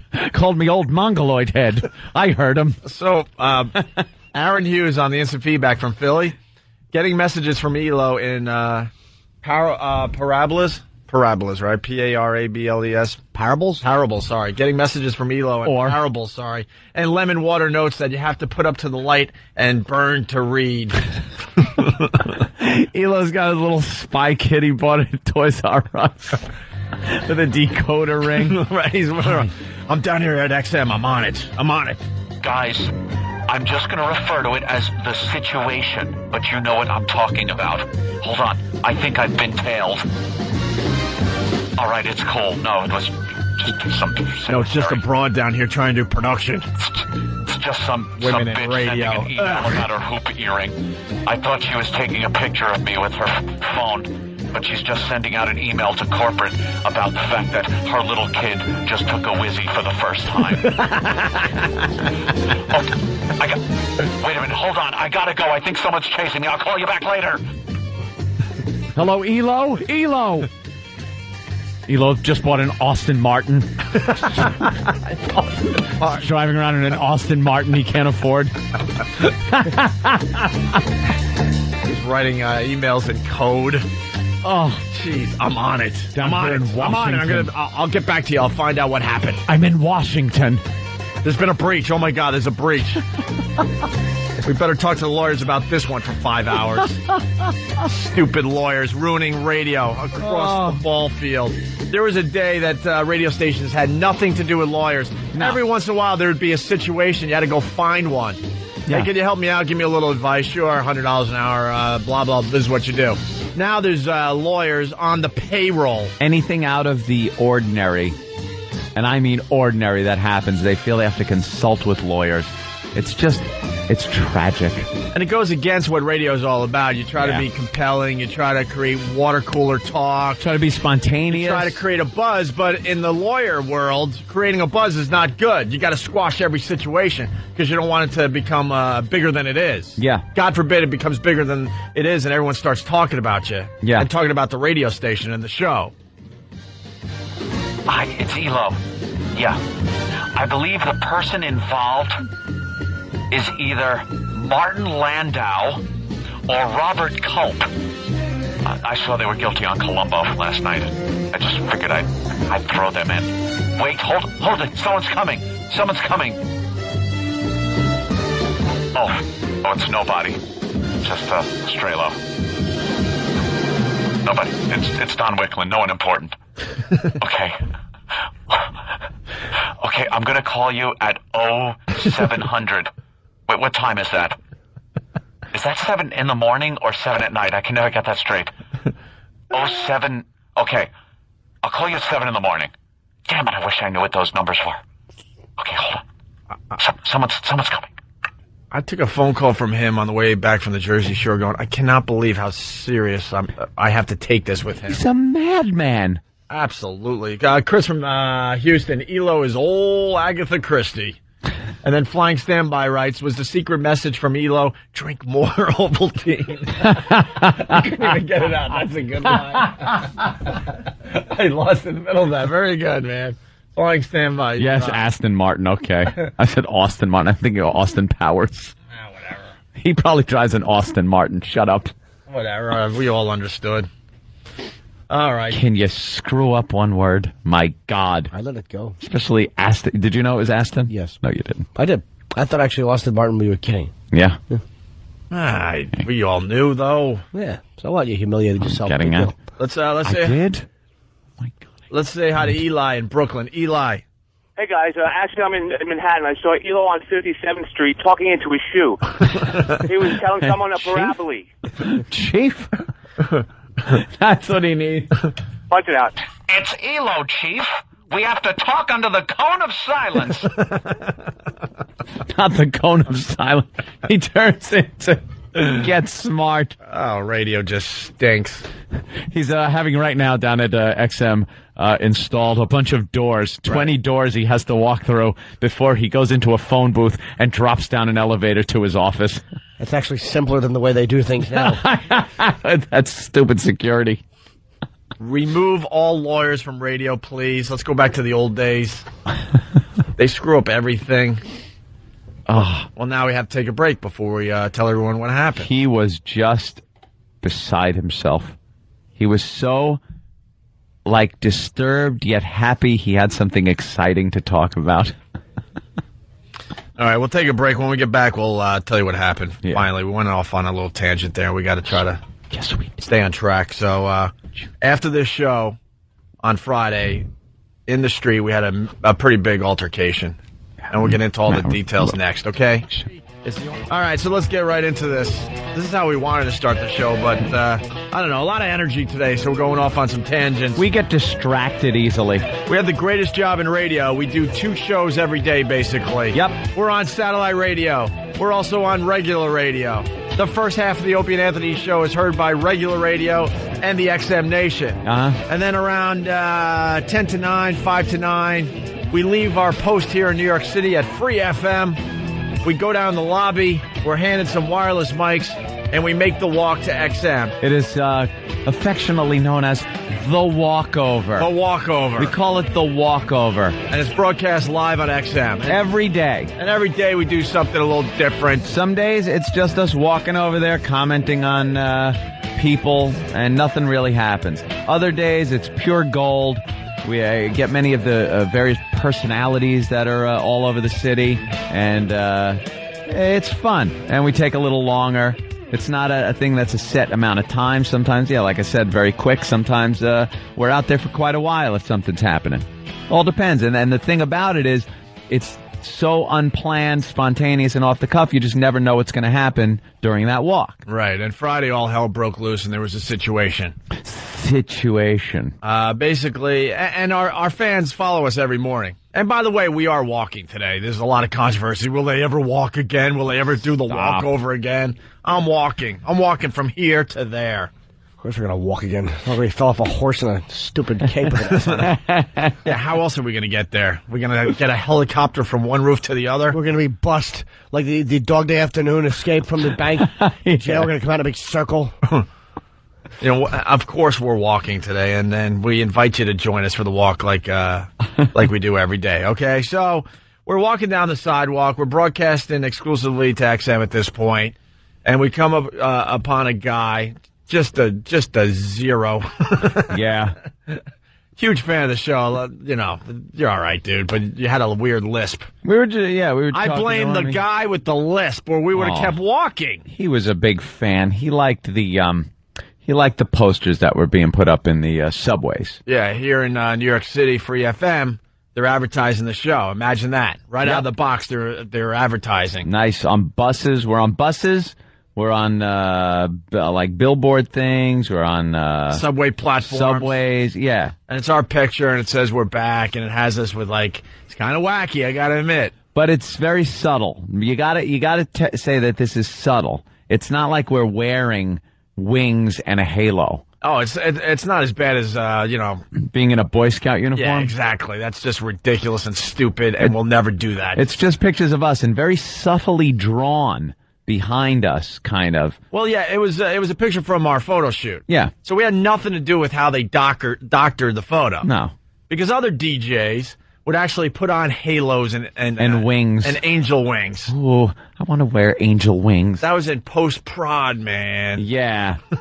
They drew in this white halo and little, abstract type wings. Very wispy. They don't look like wings. I told Tom that. They look like you're standing in front of two clouds. Yeah.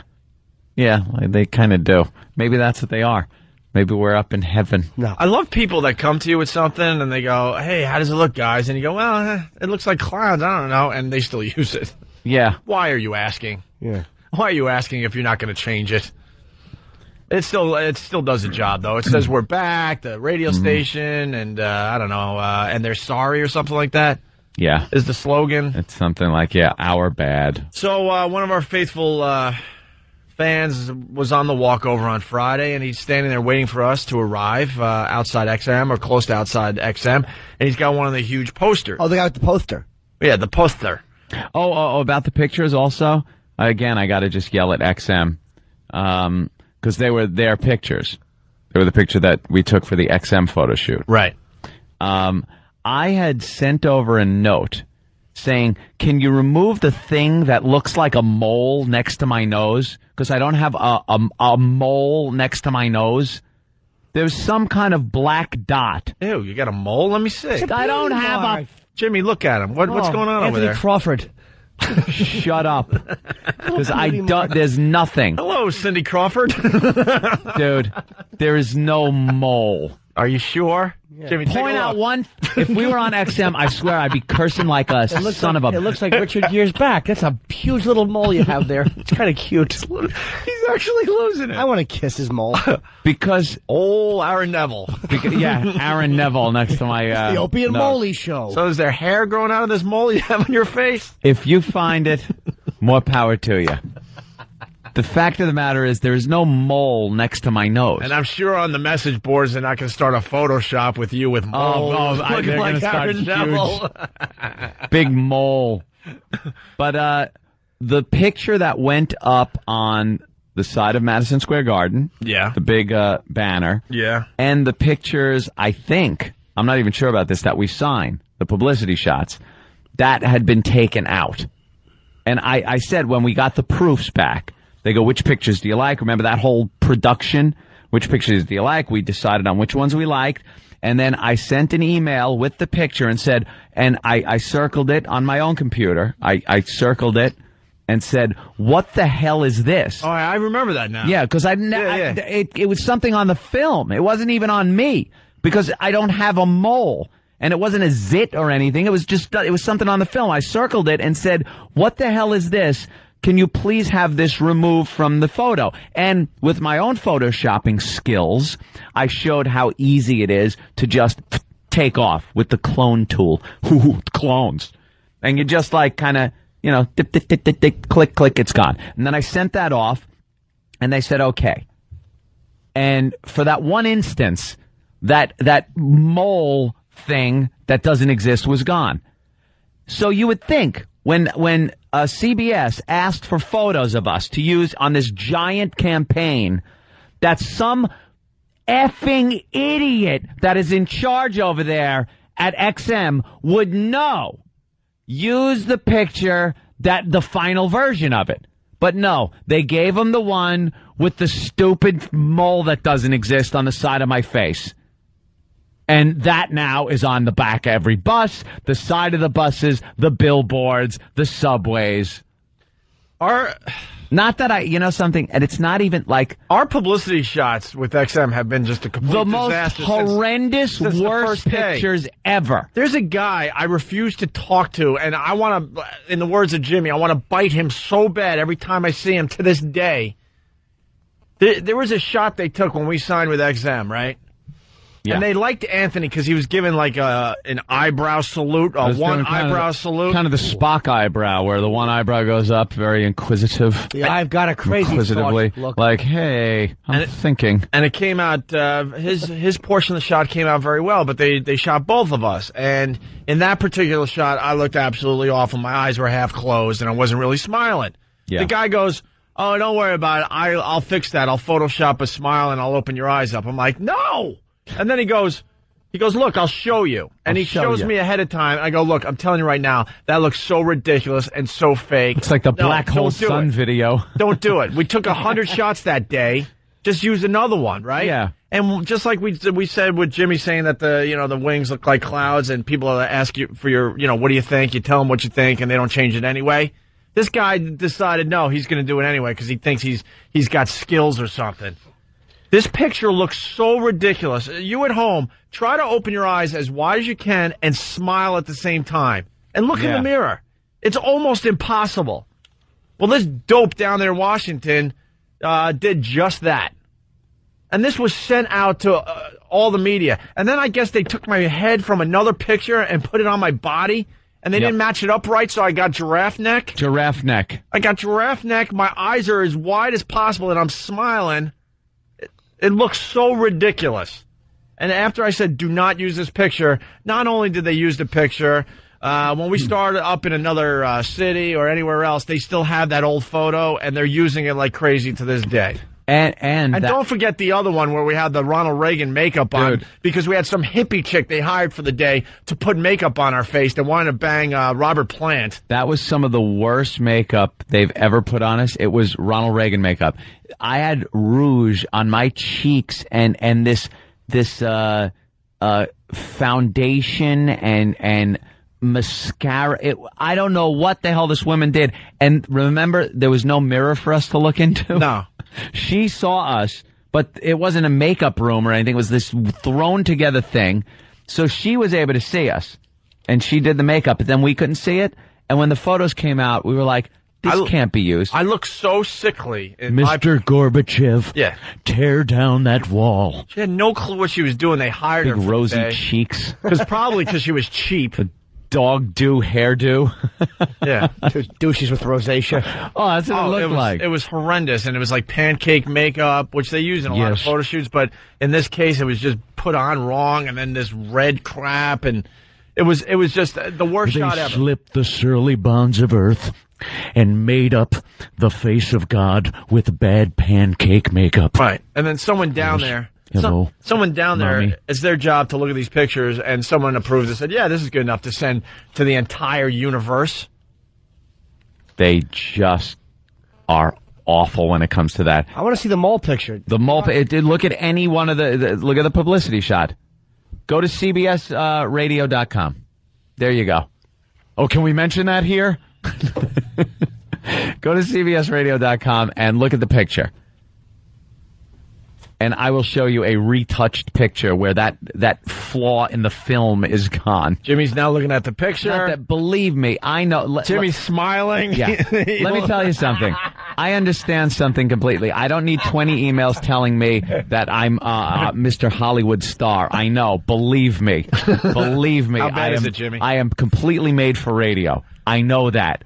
But it doesn't piss me off. It's like, oh, I look better without that. That has nothing to do with it. It's the fact that some incompetent down there that released that picture should have known that there was a version without a piece of something on the film. Looks like one of those little trademark circles you see. Oh, really? Yeah. Yeah. It's pretty bad? Oh, my Dude, God, it's ridiculous. A moly douche. It doesn't belong there. It's not there. I don't have one. I've never had anything on either side here, and it's there. And you think they would learn down there? I learned. After the first photo shoot I asked that them to caused remove a major it. problem. They removed it the first time. I think it looks it gives you character. Character. I like you. Shut up. I want one. It's like what's the name? Enrique Iglesias. It's horrible. Moly. All right. So anyway, getting back to the situation. We got to get back to the situation. They're going to kill us. They're like, what's the story, asses? Calling you a teasing idiot. So we walk up the sidewalk, and the guy has one of the big posters from the subway that he paid, what, $10 for from a homeless guy? Oh, he got a homeless guy to grab. The poster was in the subway, and he said the homeless guy just took it up for him. Yes, from the surface.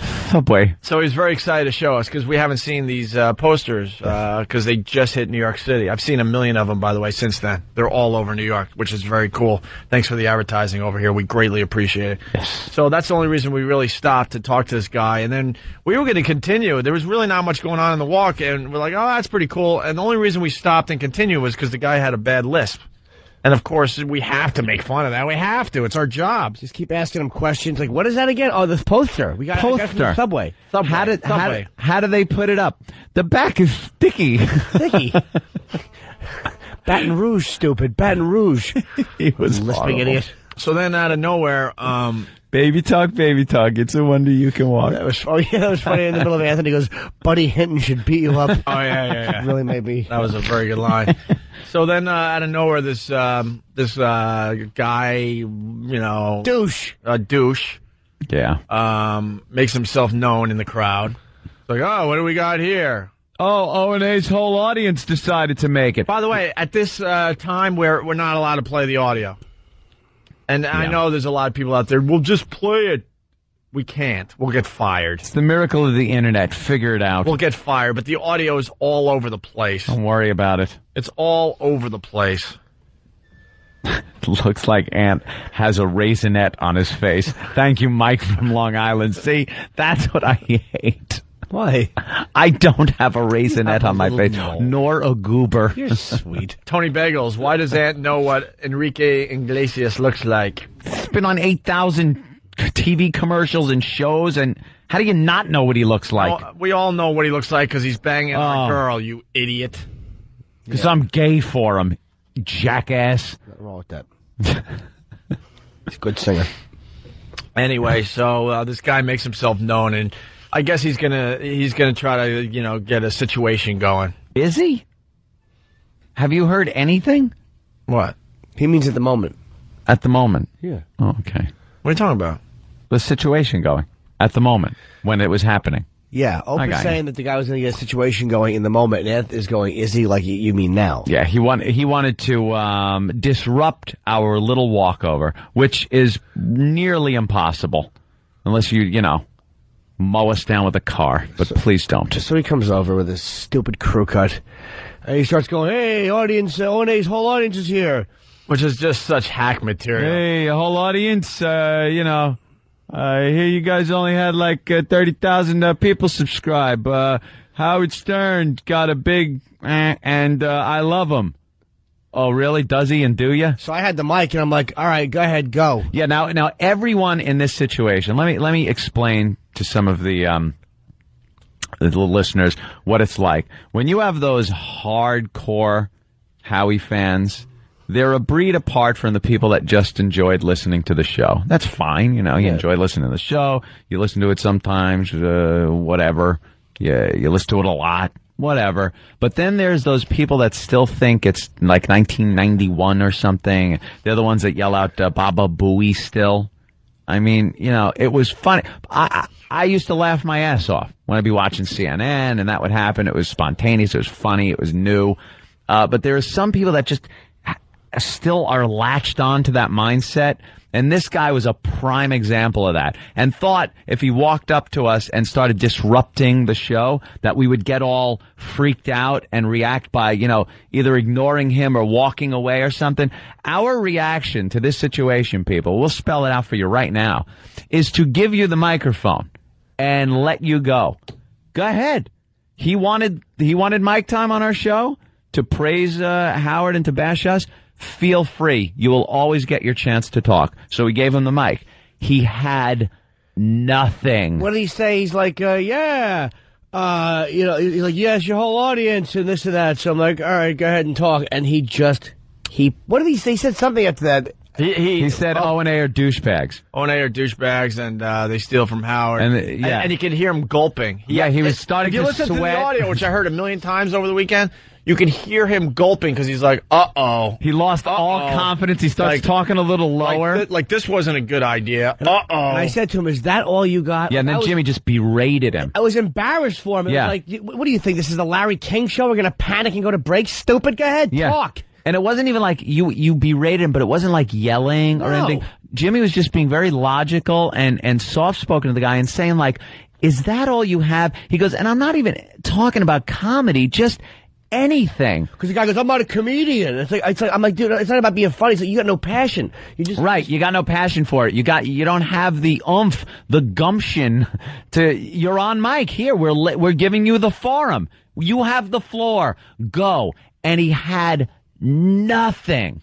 How do you think it was going to, play out? Yeah, that's what went through my head. Going to just collapse and go, oh, God, you're right. Oh, no. And, like, somebody on the message board, and I can't remember who it was, but you're so right.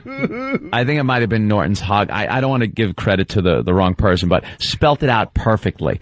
He had the whole scenario of what this guy thought was going to happen in his head. How it was going to be, he was going to be a hero, and this was going to be his in, so he was going to be able to be on Howie's show and like be a regular and call in, and this was going to be a gig, and like this whole delusion of grandeur built up in his head, and when it came down to it, to 0 hour, he failed so completely and so miserably that he looked like a fool in front of a live audience that was following us, and to the radio audience. Right. And us. Right. And he said something that I was hoping for a reaction. I started the obnoxious laugh, and then the crowd, started in with him, started laughing really hard. Oh, he said, you guys steal from Howard. I said, yeah, we do. We stole all his radio stations. And everyone started cracking up, and he goes, no, you did. And he tried saying something else, and the crowd just drowned him out with their laughing at him. The obnoxious laugh. At that point, they all did the obnoxious laugh at him. Right. And he apparently seemed to have lost his mind at that point. He said something like, someone spit on me. Yeah. Nobody did. No one spit on you. Yeah, there was no spittle. Stupid. There was no spittle placed on you, sir. Ugh. And when I turned around, I saw him lunged toward our producer, Well, Ben. at this point, he had nothing left, and he was looking like an ass. So he just decided I got to start trouble. I got to do something. So he went after Ben. He went after Ben. He grabbed him or Ben. pushed him or had him by the neck. I saw it happened so fast. Thing, and I saw exactly how this happened.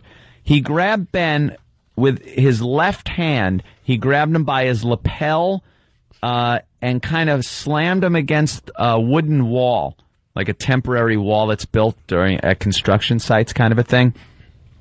And then his right hand grabbed him kind of by the front of his shirt, but I saw his arm slipping up where his wrist and forearm was going against Ben's neck. And that's all I saw, because instantly I thought, oh my God, this guy's going to start choking Ben against the wall with his arm. He's giving him a forearm against the neck. That's where it ended. Within a split second, the guy was subdued. Yeah, well, the situation was remedied. Steve and Kenny had the guy, and then Poe came out of nowhere and tied the guy up in a submission hold. I think it's called the Los Angeles submission. What is it called, Kenny? Kenny actually knows the name of the hold that Poe used. That's the famous L.A. choke hold. Oh, it's where you tie up the body. You got your bicep and forearm around his neck, but the guy wasn't being choked out. He obviously was being subdued. He was even in a submission hold. But I've seen that hold done where the guy goes out in a second. Yeah, he was just taken out of the situation. The guy was taken out of the situation. He was being restrained. He was able to talk. He wasn't able to move. I've never seen, since Hoist Gracie in The Ultimate Fighting would tie someone up, I've never seen someone in such a position where they could not even scratch with one finger. Here's the bottom line. Nobody knew if he had a weapon. Yeah. If you're stupid enough to try to throw our producer up against the wall, what do you expect? You're going to be subdued. That's what's going to... Bottom line is, I can go into his head. He didn't know that... I don't think he knew Ben was the producer. Thought maybe it was just a listener. He probably thought Ben was a fan, because Ben looks like one of our dumb fans. Just a guy with glasses kind of bumbling around. Yeah. And I think he probably thought he was going to save face by taking out some of his aggression on one of the guys in the crowd that was laughing at him. So he just picked the wrong hombre to throw against the wall. Yeah. And Poe subdued him. Kenny and Steve pushed him back and Poe subdued him, and nobody hurt him. Well, Steve was trying to get him into a cute little bear hug. The whole thing with any kind of... a bear hug and hold him. Poe wanted to. He could have pulled your pants down and raped you, stupid. Yeah. And Poe was logical with him. He goes, do you have any weapons on you? And the guy's like... He asked him the other question. No, I don't. Everybody's laughing at him and yelling at him because that's what he deserved for being a jackass. And he was able to communicate. He was able to talk. Of course there wasn't it wasn't like he was being choked out. There wasn't one of those things going on. The guy was able to talk because apparently I heard, although a little muffled from the concrete, I heard an apology, which was nice. It was nice of him to apologize. And then Poe said, I'm going to let you up. You're not going to give me a reason to put you down again. And the guy said no. So Poe let him up. And he let him up. That was it. And that was it. Nobody stomped him. Nobody jumped on him. Nobody touched him. There wasn't any kicking. And that was it. There was nothing else going on. There was no taunting or anything. It was no big deal. Oh, sorry. Air show crash right behind you. That's a little that's a little distracting not to look at. Watching a $1 billion piece of machinery just disintegrate. Every summer. Yeah. The air show disaster. Yeah, gotta love it. Yeah, so that was our situation. Yeah. That happened Friday. I may have lost my mind for a couple seconds, maybe. Oh, we both went. Well, now here's what happens. I may have let the psycho factor pop out for a split second or two. Here's what happens that a lot of people don't understand also. We are in the middle of doing a radio show at that point.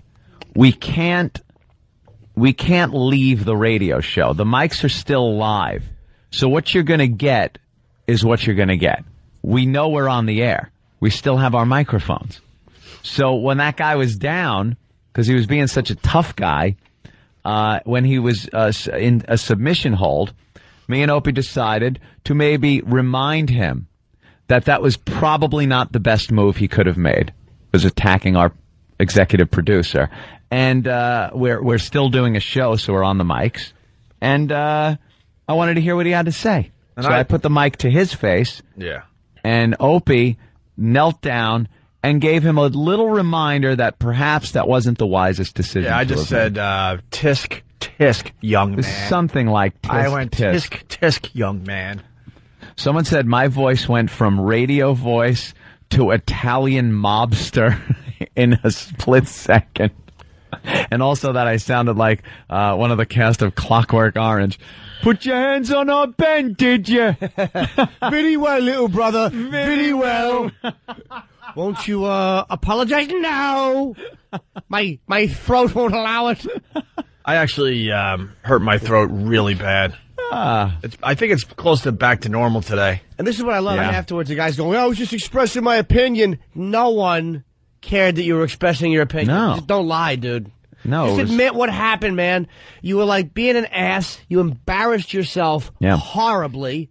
Nobody here was going to stop you. You want to make an ass out of yourself, go ahead. It's when you grab Ben. You grabbed the wrong guy. You got physical. You were restrained. And you were really embarrassed. If you didn't really embarrassed. If that guy hadn't grabbed Ben, he would have left the situation. We would have continued the walk because it was over. It was boring. The guy was getting, he had nothing. He would have looked like an idiot. We probably would have, nyad him up to the door of XM and walked in, and that would have been it. It wasn't the fact that he was expressing his opinion. We welcome that. We give you a microphone to do that with. We're not going to run away. We're not going to chase you away. That's what other shows do. If that's what you're used to hearing, and from what I've seen and heard, that is what he's used to, because that guy won't give anybody a microphone to express their opinion. Needs complete control at all time. We give you the mic. You don't like us? Let's hear why, and then we'll rip you apart. If you think you could come upon three guys whose living it is to just bash people, and Jimmy Norton, who not only during the day but at night at the comedy clubs is just berated and doing berating to other people. You want to come up and go head to toe with the likes of him? Good luck.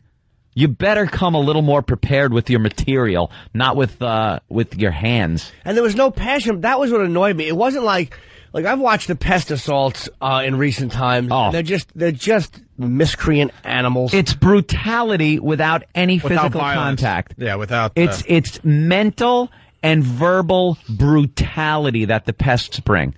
And a few, not even a few, so far one of Howie's people instantly decide, he's got to bring violence into it. You're just an ass. You're someone who couldn't cut it with your wit and with your voice, so you had to take to using your hands. And look where it got you. Nothing creative. You came Nothing with that creative. cornball 1991 insult, and it's like nobody is going to back off from that. We've Zoo Crew in Philly, you idiot. There's been a big rift and a big battle going on between our audience and his audience. And I'm sorry, I might be biased, but ours is just so much more funny and clever, and they know how to brutalize people within the boundaries of the law, with the signs and the taunting and their appearance. It's just awful. Bam, who's one of the pests, the main pest, is a physical disaster. Oh, and he just has a set on him. He'll walk right up to people and just start mouthing off. He has an awful gut. He looks like he's pregnant, but he wears tight Dockers and a medium button-down shirt, and he shaves once a month. By the way, Guilty Spark from the SFE back. Tisk tisk equals losing your S completely. Yeah. Yeah, I must have listened to the audio of that. I may have 15 times. I may have said mother effer and plenty of times, yeah. And how does that feel, effer? How does that feel, effer? You mother effer. Yeah, it was brutal. You want to be a tough guy? Well, this is being a tough guy. And you were screaming it. But that's, it's the guy gets. That's what you get. You use your hands when you're just going back and forth on mic or off, just, like the pests do, or like any one of them have the opportunity to do. That's fine. Like I said, it's welcome. Bring it on, because it makes for funny radio when you are just verbally shredded. By the way, we're not allowed to play the audio yet. Yeah. yet. The lawyers are deciding. And then the lawyers down there in Washington, they wanted to give us an edited version. I'm like, yeah, no. Go to hell. I'm not playing an edited version. A lawyer-friendly version of a big, huge incident. Yeah, let the lawyer edit that. I'm sure it'll just be fun-filled. Can we put on a little play and maybe have people play our parts and just get the transcript? Yeah, that'd be fun. That could be a lot of fun. Get the transcript. The transcript. We could play ourselves. And then we hand out scripts to everybody. No, I want someone else to play me. I want to see if they can really? play me. I want to see if they can play me right. Wow.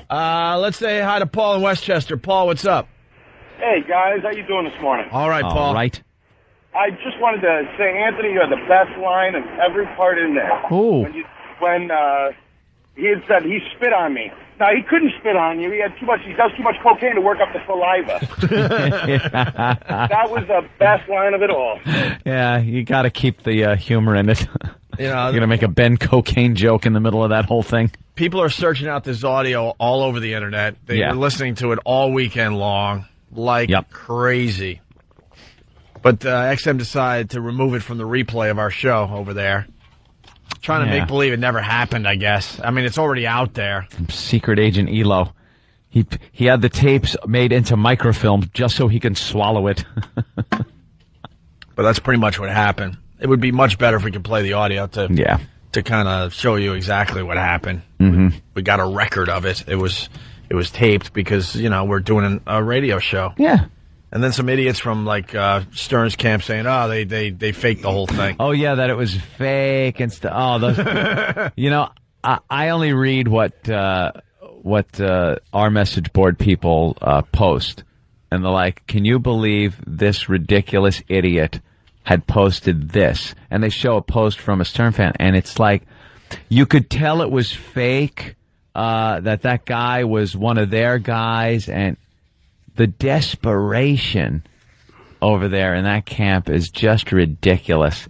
One guy, one passionless zilch, comes over to try to go toe-to-toe and just gets shredded. And that's when he decides, I got to pin someone against the wall now. Good job. Job well done. That's pretty much it, right? Did we cover it all? Yeah, that's about it. We'll see where it goes. It's over, Johnny. Yes. Why don't we he should just let it go. It's not a big deal. He was a goose. Oh, the guy? He behaved like a silly goose. Oh. Yeah, that's stupid crap. No, part of O&A history. And audio that people are trying to get their hands on. Oh, yeah. They're finding it. It's out there. Just do a little surfing. You'll find it. Well, you want to hear how dumb lawyers are? I just got the word from Ben that we can play part of the audio from the incident, from the situation, Anthony. The situation. The audio's on the internet all over the place. Just freaking do a little surfing and you'll find it. If you're just tuning in, basically, after this show, we do a walkover to XM that is broadcast on XM exclusively. And we got into a situation on Friday with a Stern fan. Mm-hmm. And we took care of the situation. Big time. Big time, and the audio is unbelievable. It really is. So the stupid lawyers got their hands on the audio to figure out what we could play, and they have decided, because we don't want to explain all over again. After much meeting, they decided we could play the audio up to the part where Anthony says, "Yeah, we're stealing all of Howard's stations," and then there's a big laugh. And that's it. We can't play any more of the audio. Why the hell would we play that? Oh, my God. I had to stop myself there because I wanted to say the F word, by the way. That's why it sounded a little weird. I had to, like, get a different thing in there. Very hard. Why would they even present that to us? Why would the lawyer say, yeah, you can play it up to there, and then that is it, and that should be good for you guys? Because they're dummies, and none of them are creative, and they do things to justify their own existence under the guise of... And I'll tell you why the lawyers are really stupid. It proves they don't know radio. Why would we accept that deal? Yeah. Why would we ever... Don't even tell us that we could play it up to that. Guys, I want you to play the scene right up until Michael goes into the bathroom. That's it. Because after... Grab the gun from behind the toilet. That's all. Yes. Right. Nothing more. Right. That's exactly how it would be. Because all hell breaks loose after Anthony's really funny line. That sets up the whole thing because the guy obviously had nothing else and felt like he had to do something. How's the Italian food here? Cut. Just keep the lawyers away from us. I don't even want to deal with them. Play it right up to Lou's U-turn. Yeah, exactly. Going to Jersey? Cut. Cut. Cut. How stupid are you? God, can we name? Can we say their stupid names just to show you that we have these dumb lawyers? I want to see Don Corleone pick out an apple and then cut. Two guys are walking towards. Now stop it there. Perfect. Stop. Enough. But what happened? Now they won't care what happened. Don't show the rest. They actually said that, though. We can play the audio right up to the point where Anthony. As far as you know, Carlo is in Vegas. They sent him out to the car with the tickets. He went to Vegas. Never see him again, but... I want LAIDs. That's lawyer aids. Every time you open a briefcase, you rapidly lose weight. You crushing bores. And then I have to see these lawyers face to face. I'm like, we're big fans. We listen every day. Yeah, stop listening. Yeah. And quit the radio business. You don't know what the hell's going on. Heck. Go use your lawyer crap somewhere else. Heck. God, we work with people that don't know radio. Why would you present that to us? Why would you say, yeah, here, guys, good news, you can play the audio right up to the point where Anthony says we're taking all of Howard's stations, big laugh, cut. Why would we do that? It's kind of... It's not an incident or a situation to that point, really. No. Just a little fun and good-natured ribbing. Can't we play the situation after that without playing before that? What about that? What about we just play the action part? And they wonder why we hate him so much. Because you don't know radio. You don't know radio. You're making it their religious background, but no, you're making it harder for us to succeed in this thing. Oh, because that's real interesting. That's real interesting to play that. We should play it. We should play it up to that point now, just to show you how ridiculous it would sound. Listen, Al, you might have to dump out of this. I don't care. Lawyers are pains in the backside. Oh, hey. Do we have the audio? Because now I want to make the lawyers look silly. Oh, that's what it'll do. That's what it'll do. Do we have it up to that point? And then I'll forget to push stop, and we'll just keep playing it. Let's say hi to Brian in North Carolina. Box. Brian, what's up?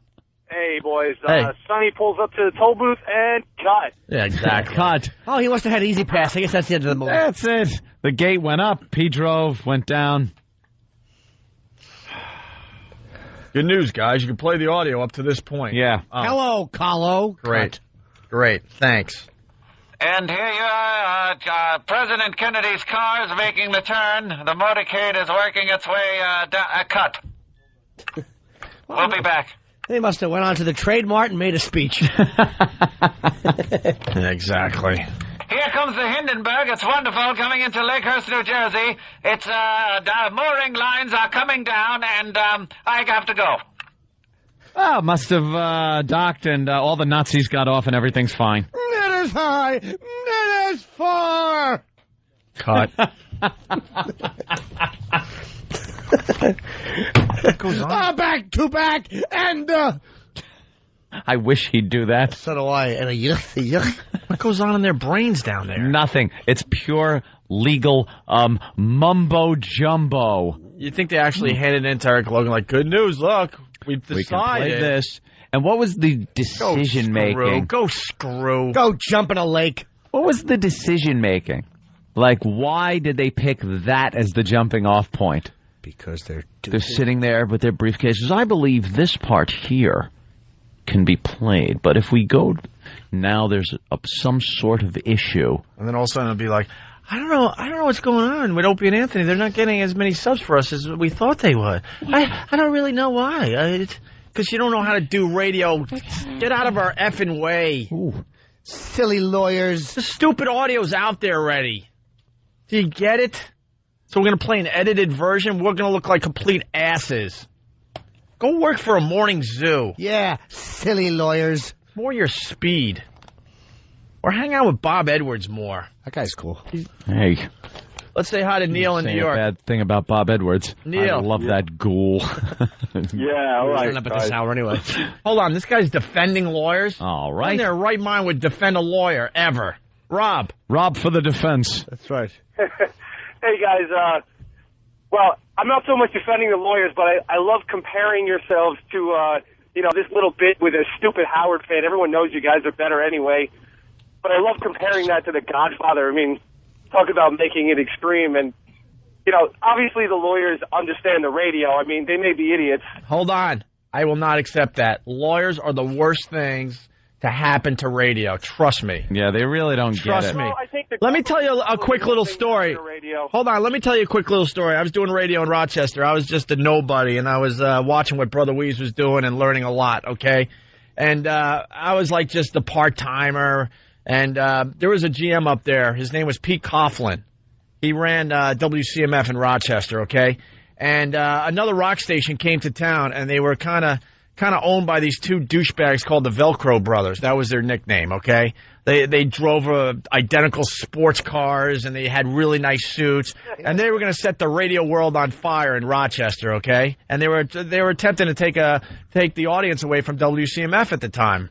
And there was this bar that all the media went to, and we went there every afternoon after we were done with work to do a little drinking, a little happy hour. And Pete Coughlin would set up shop at this bar and buy drinks for the entire staff or whoever would show up from WCMF, right? And it was the regulars were there, we're drinking and stuff. The Velcro Brothers are there, and Pete under his teeth is like, those son of a bitches, oh my God, I can't believe they're in this bar, right? So the Velcro Brothers, they buy us shots and they push them over to the bar, right? The bartender's like, shots from the Velcro Brothers, well, whatever their real names were, right? So Pete Coughlin looks at all of us and goes, if any one of you drink that shot, you're fired. You're fired. And then proceeds to go over there with his shot. And the guys are like all smiling like, oh, look, we're going to do a little clink and a little friendly shot together because we're competing in radio. Yeah. Pete threw it in his face and a brawl basically, breaks out. Well, those Velcro Brothers are inseparable, so of course they're going to stick up for each other. Hey, they're fuzz. This was inseparable. This was the guy that was running the radio station. He was the one starting the S. He was the one starting. Now, fast forward a mere 15 or some odd years later, and you got lawyers making sure nothing gets out of hand. Yeah, I understand. Well, you knew the Velcro Brothers were about to fight when they would go. The 1-1 to Mookie Wilson. It's a ground ball up the first base line. Listen, I know you haven't. Wonder what happened. I guess Billy caught it, threw it. Yep. That's it. Yeah. You guys got Game over. But how are you defending lawyers, Rob? Go ahead. Go. Thanks, Paul. Well, I was just defending him in line. the sense that you know how bad it is with the FCC. These guys are trying to keep you on the radio, as you know. I don't need to tell you that. And all I'm saying is, as a fan, Jimmy Norton is one of the absolute best comedians out there, as dirty and scary as he can be. And you guys have a great format. You don't condescend to the listeners. Rob, you're missing the point, though. We don't play it then. It shouldn't have been an option where they even go, well, you could play it up to this point. The lawyers are trying to keep. I understand that, but I don't think that they think that makes good radio. The lawyers are trying to do what? Keep us on the radio? Nothing's going to happen. The audio's already out there. Whatever's going to happen is going to happen. People are finding the audio as we do this show, by the way. I believe that nothing will happen. You guys, if it is really risky, you should take the risk. They're overreacting. So just play it. They're overreacting because they'll fire us. That's the problem. How could they fire I would love to say that we're tough guys, but the fact is, if we play the audio, I guarantee we'll get fired, okay? Yeah, well, that's silly, but I understand. Tranquility Base, the Eagle. Let's go to John. One small step for man. It's all we can play. It's all we can play. Yeah, they didn't say humankind. That's not right. all-inclusive. That's all you can play on satellite radio where everything's supposed to be uncensored. Yeah, brilliant. That's brilliant, lawyers. I hate them. Don't even come up to New York anymore. Ooh. John in Jersey, what's up? Luke, I am your cut. Yeah, exactly. The only thing we have to fear is... Yeah, that speech would have never been made if what do we got to fear? If they had let a lawyer look at the speech first. Let's cut this part out. Lawyers stink. There is some stuff to fear. If we say that and someone fears something, then they're going to say that we said there was only this to fear. There could be a problem, so. Do we got the audio? Because now I gotta play it to make them look stupid. Please. We don't have it. Does E-Rock? No one has it. Why would we have the audio here? Why? It was only one of the biggest things that has happened on our show in the last 2 years. The audio's at XM. Why would we have it here? It's under lock and key. Why wouldn't we have a copy over here? Oh, God. What, of the audio that we can't play? But why wouldn't we have it here just in case? Let me think. Why wouldn't we have it here? Maybe they knew it would be too tempting to throw into the machine. No, it's why? Mike, you asked yesterday. I sent you an email saying you're making sure. You just bring it over. I didn't bring it over. We ain't gonna play some conglomerated, mulatta, mongrel version of that audio. By God.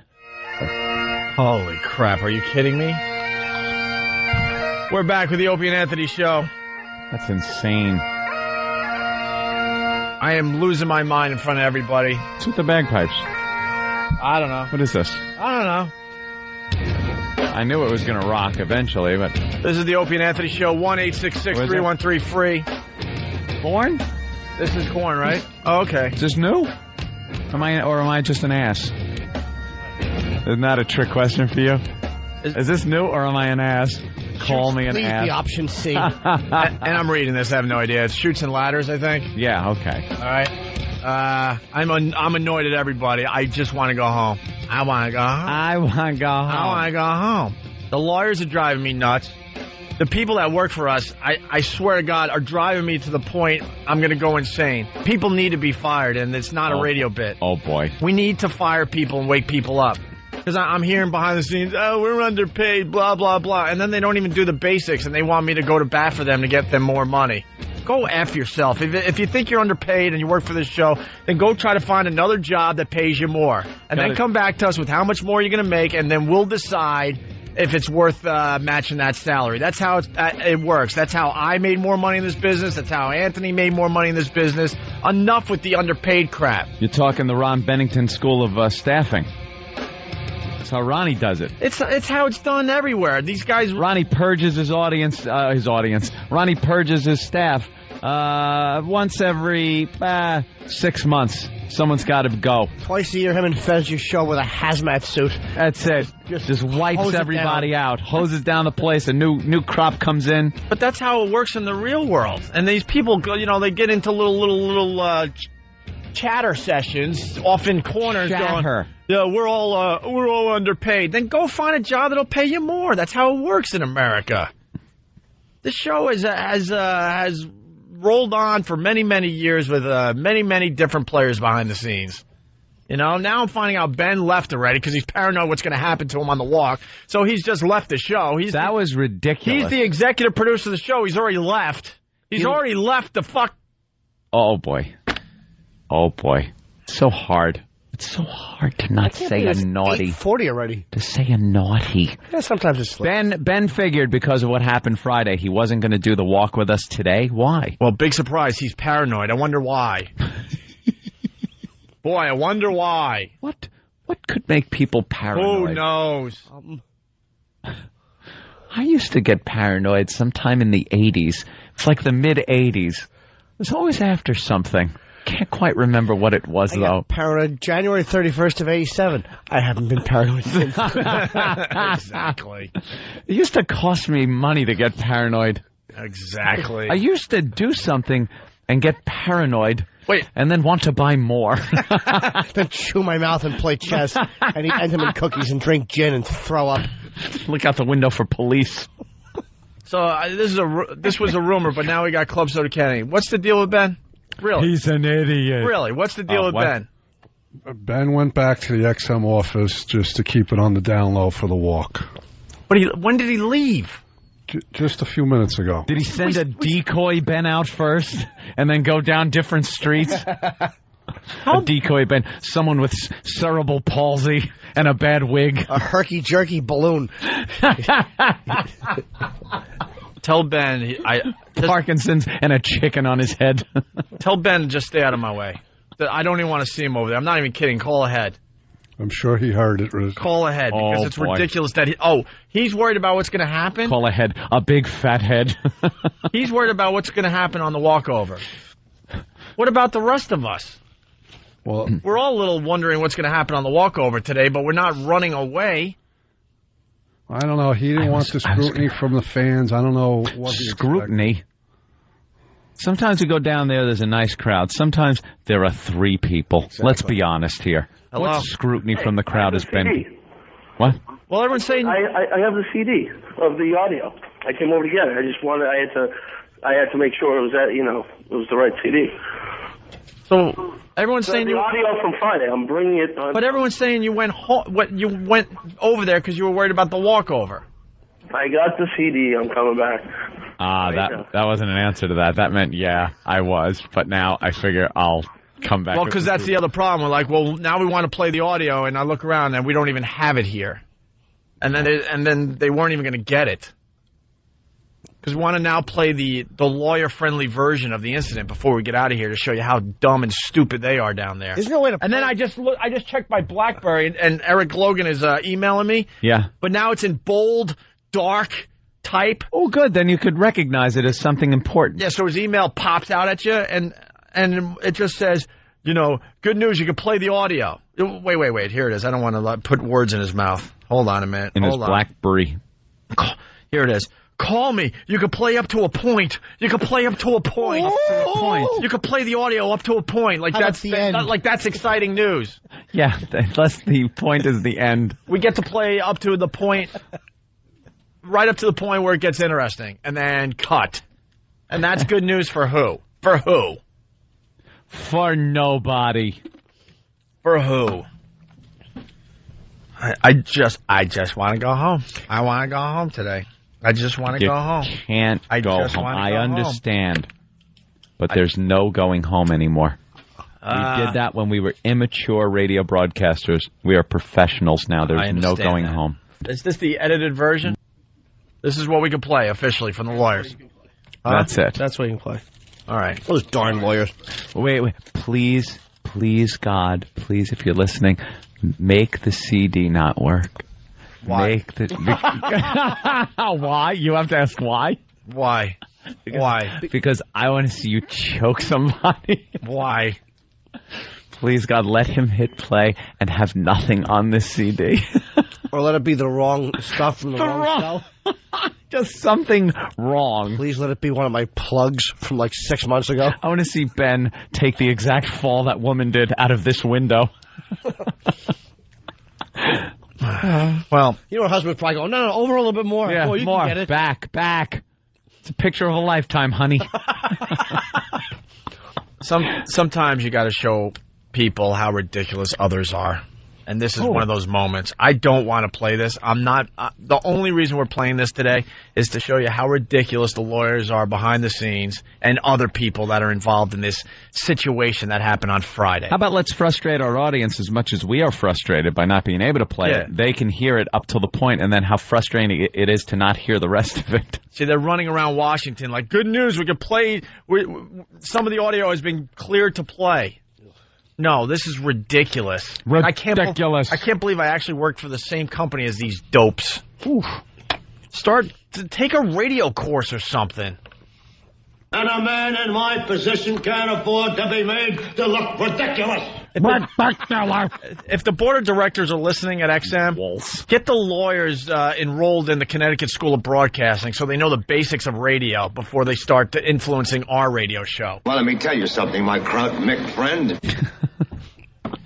Must have just had dinner and left. Anthony, you want to set up the incident? Now, remember, this audio was played already, so it's out there. Yeah. It was played 3 or 4 times on Friday. I don't remember. I know we played at least 2 other times. Yes. Maybe 3. I would say we played it 4 times on Friday. 4. It's all over the internet. Yeah. All over the place. Yeah. But now the lawyers have decided that we can play this much of the audio. Yeah, we do the walkover from this studio to the XM studio after this show. We have microphones, we walk over, and whatever happens, we broadcast it. Sometimes a lot of stuff happens, sometimes nothing happens. It's just the walk. broadcast live. On this occasion, we met a guy that had a big Opie and Anthony sign that's going up in the subway. We stopped to talk to him. A jackass came over, obviously a Stern fan trying to disrupt the show, but instead of that, we gave him the mic. Let him talk, because they usually wind up having nothing and hanging themselves, and that's what this guy did. He had nothing. He was then berated, got a little angry, put his hands on executive producer Ben Sparks, was immediately taken down by Master Poe, put in a submission hold on the sidewalk. Screaming and yelling. Anthony and I getting in the guy's face. Right in his face. Made him apologize. Showing the ugliness that is me. Yeah. Yelling, cursing. And I have no problem. That's the type of radio show we do. I look like a complete and utter lunatic. It was wonderful. Anthony looks like he belongs in a mafia film. I turned into a mobster voice. That's when it gets... Yeah. You got some gabago. Now you're acting like a bagabago. You're laying on the ground like some kind of a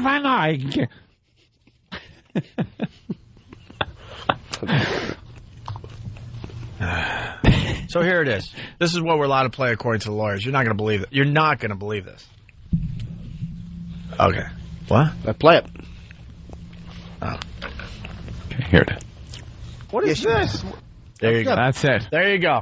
That's what we're allowed to play. Right, there goes our job. That's what we're allowed to play right there. That's it.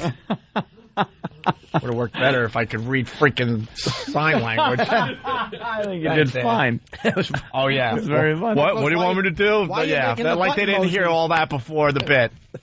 Stupid. That's how stupid I am. You don't have to call me stupid or write emails saying how stupid I am. I tell you I'm stupid. That's right. I tell you I can't speak at times. I tell you I'm a lunatic. I tell you I got a psycho factor in my head that might land me in jail someday. Yeah. But when it comes to sign language, I'm a dope at that too. I'm signing. What an idiot I am. I don't even know why I'm here. All right, there. I don't even know my role in the show. There. What do I do? Asses. What is this? Where'd you get this? Where'd that come from? $10 to a golfer to get it on the subway. Where was it supposed to be hanging? They're putting them up on the subway stations now. Yeah, subways. Isn't that supposed to be hanging somewhere? Sure, you should probably hang it. Jesus Christ. Make a golfer. Buddy Hinton should punch you. Please have him say subway. Please have him say subway 10. Where the hell did you find this? On the subway. Really? Where? Which one? Subways. Which line? I seen him on the G. Again, I got this one on the E line. The E line of the subway? Yeah. Wow. So this now, how does this hang up? It's ticked off. I can't hear you. It's ticked off. There's like glue. What is it? It's a poster. It's a big sticker. It's a bill with. In the subway. Where? This is all their audience. In the subway. They hang up on the subway. Obviously, well, that's the guy coming into the... Yeah, here he comes now, Mr. Wit. Here comes the guy that we had the problem with. It's a poster. Listen It's a big sticker. It's a bill with. In the subway. Where? This is all their audience. In the subway. They hang up on the subway. Oh. Did it. XM. Subway. 30,000. Your whole audience. This is Opie and Anthony's whole audience here. I just want to say, Howard Stern has a huge cock, and I love him. Oh, my God. Oh, my God. Oh, Jesus. Oh, my God. Opie's going to lose his mind. Opie's going to lose his mind. Why was that not bleeped so we can play this without it getting dumped out of? You knew it was the walkover. You know it's only on XM, so there's curses, and plenty of them, during that walk. That guy just said the C word. Howard has a big C. And my fault. Great. My fault. Is any of this edited, by the way? My fault. No. My fault. None of that's edited. My fault. Of course. Oh, jeez. Don't hit that. Nothing is edited, by the way. Why would it be clean for this side of the show? I wouldn't have had it to you. Oh, boy. Oh, boy. We're running out of show. We want to at least get this audio on. Hey, good job. Keep talking. Opie and Anthony are douchebags. All right. Yeah, beat me up. Let's go. No, let him go. Let him go. What else? All right, guys. What else? What do we got here? Well, look at it, stupid. You see what we got here? It's called advertising for a radio show, sir. What? It's called Abc 92.3. You look like a dope. Remember where Howard used to be? And now there's about 100,000 people. About 100,000 people listening to him. Is this the best you got? Come on, man. I'm not a stand-up. Dude, no, I don't mean comedy, but where's Just the like passion? an insult. You're going through the motions. I gotta go to work right You're going through the motions. Why aren't? I know. And I don't why? really like these guys. They just steal a lot of shit from Howard. I don't really like. Of course we do. Steal a lot of shit, like his radio stations. His radio station. Now he sits there. And that would be the point where, the excitement happened. There were 2 S-bombs dropped during that, so if you were listening and heard the dumps, or didn't hear the dumps, heard big gaps in the broadcast there, that's because the S-bombs were not bleeped out. Oh, my God. I can't even look. Jimmy, I can't even look to my left. The anger. There is pure anger pouring off of Opie. And they want raises. And you guys need more money. You need more money so you can keep screwing up the show, right? It is we can't almost do the basics. It is almost turning into something visible. The anger. It's like liquefying or solidifying. If you need more money, go find another job. Trust me, I don't give a crap. I'm just having. This show will continue with or without the people behind the scenes. I don't give a crap. No one's getting more money anytime soon if I have anything to say about it. I'd rather find other people, give them more money, and give them a shot at it. Oh, boy. And we want to talk about how ridiculous that is with the lawyer thing, but it becomes something else. They've cut out. Are we still on XM? Now I can't even explain how ridiculous that is because all hell breaks loose after the clip ends. But I don't even know what they heard because we had to dump out of the C word, the S word twice.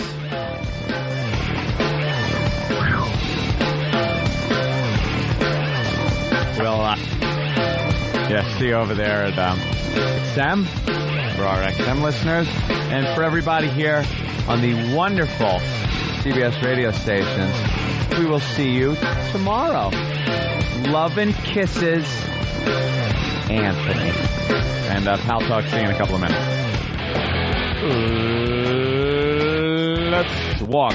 It's the the walkover. Can you hear me? Next Am I on the radio? Bye, CBS people. See you tomorrow. Bye, guys. Yes, Jimmy, I hear you. Hey, by the way, in those promos for our gays, can someone tell Steve to not say August? The way he says, holy mackerel. August. Listen to that. That's the way he says August. That's how the bear talks. He's laughing at you. Oh, that lady slip on taking that picture. I'm going to giggle all day about that. Because it's just so awful. Down a canyon. Well, again, I've heard reports of the buses here in the city have our advertisements on the back. I know. I'm just looking at Opie and Kenny walking. How far? 50 feet in front of us? I'd say 50 feet in front of us, and Ope has his mic dangling down to the right. If it's on or not, I haven't a clue. No, holy shit. She's tall. Yeah. Oh, it's on.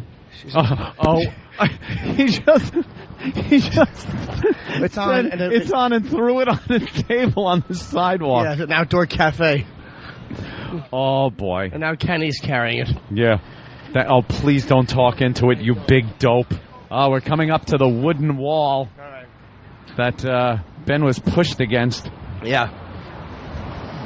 Any suspects? Who are those two guys? Shake them down. Yeah. I want those two brought to the ground. I want those 2 men raped. Ooh, it's a little rough. Well, even if they're not involved. Whatever it takes. I'm with you.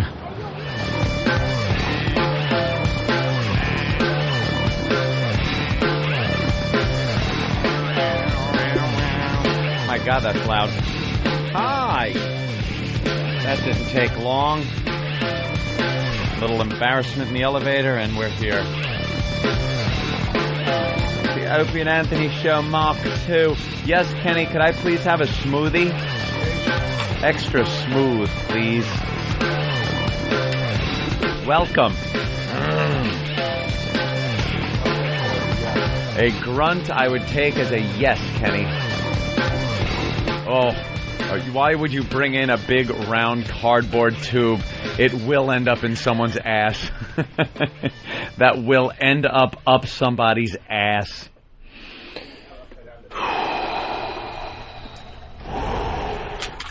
Okay, we're going to do breathing exercises. Everybody in the audience, everybody, breathing. Here we go. In, put your hands on your thighs. Now go in and out. There you go. And with each exhale, just relax your muscles more and more. Every one of them. Here we go. Relax now. Oh, look at that. I can almost fall asleep. I'm so relaxed now. That's better. Look at the horrified E-Rock having to only be feet away from Opie for the rest of the day. He's so petrified, he's turned completely red. Oh, wait. That's right. Tar Beach. Opie, before this show, just sent Ben off in order to make up for things to take a picture from the Grand Canyon. He doesn't want one from any place, though. It has to be over the railing. That's right. Dude, they all have to stay away from me. There will be changes, trust me. Change it. Mike. Thanks, Mike. Thank you, Mike. my friend. Ben actually... That is one scary SOB right there, the friend. Is he a cop? Oh, please. Stop it. What do you think? I don't know what I don't know. I couldn't. He doesn't. He looks like a fucking wacko. Waffen SS. I don't know what he is, but he's frightening. That guy looks like one of the guys that just comes out of a doorway, shoots you, and gets back into incognito. Let's just put it this way. He doesn't exist as a person. Right. There's no record of him. There's no record of that guy. I've been doing radio a really long time. I think I might have had a nervous breakdown. No, that wasn't a nervous breakdown. Ben actually tries to make good, and I swear to God, none of these guys come in. I swear to God, just leave me alone. It's at the leave me alone stage. No little interview with them as you're discussing this? Let what happens, because just leave me alone. Because, Steve, starts with my fault, and then Ben tries to get me at the elevator, goes, I don't know what happened. And I actually looked at him like, Ben, you're the executive producer of the show, and you're telling me you don't know what happened?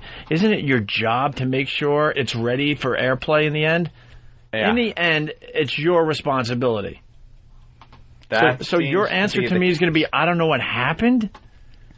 We built up this whole thing to play the audio, and obviously we're doing it for commercial radio, so it has to be FCC friendly. Yeah. And there's 3 curses in there. When I started hearing it... So now it doesn't even matter what the point we were trying to make. I heard it rolling, and I'm thinking, oh my God, I hope they know that there are curses in here. And the first one dropped, the cock dropped. And I'm like, oh no. And then after that, then 2 shits came out. And the reason was because they didn't have the audio over there to begin with. Yeah. I mean, you would...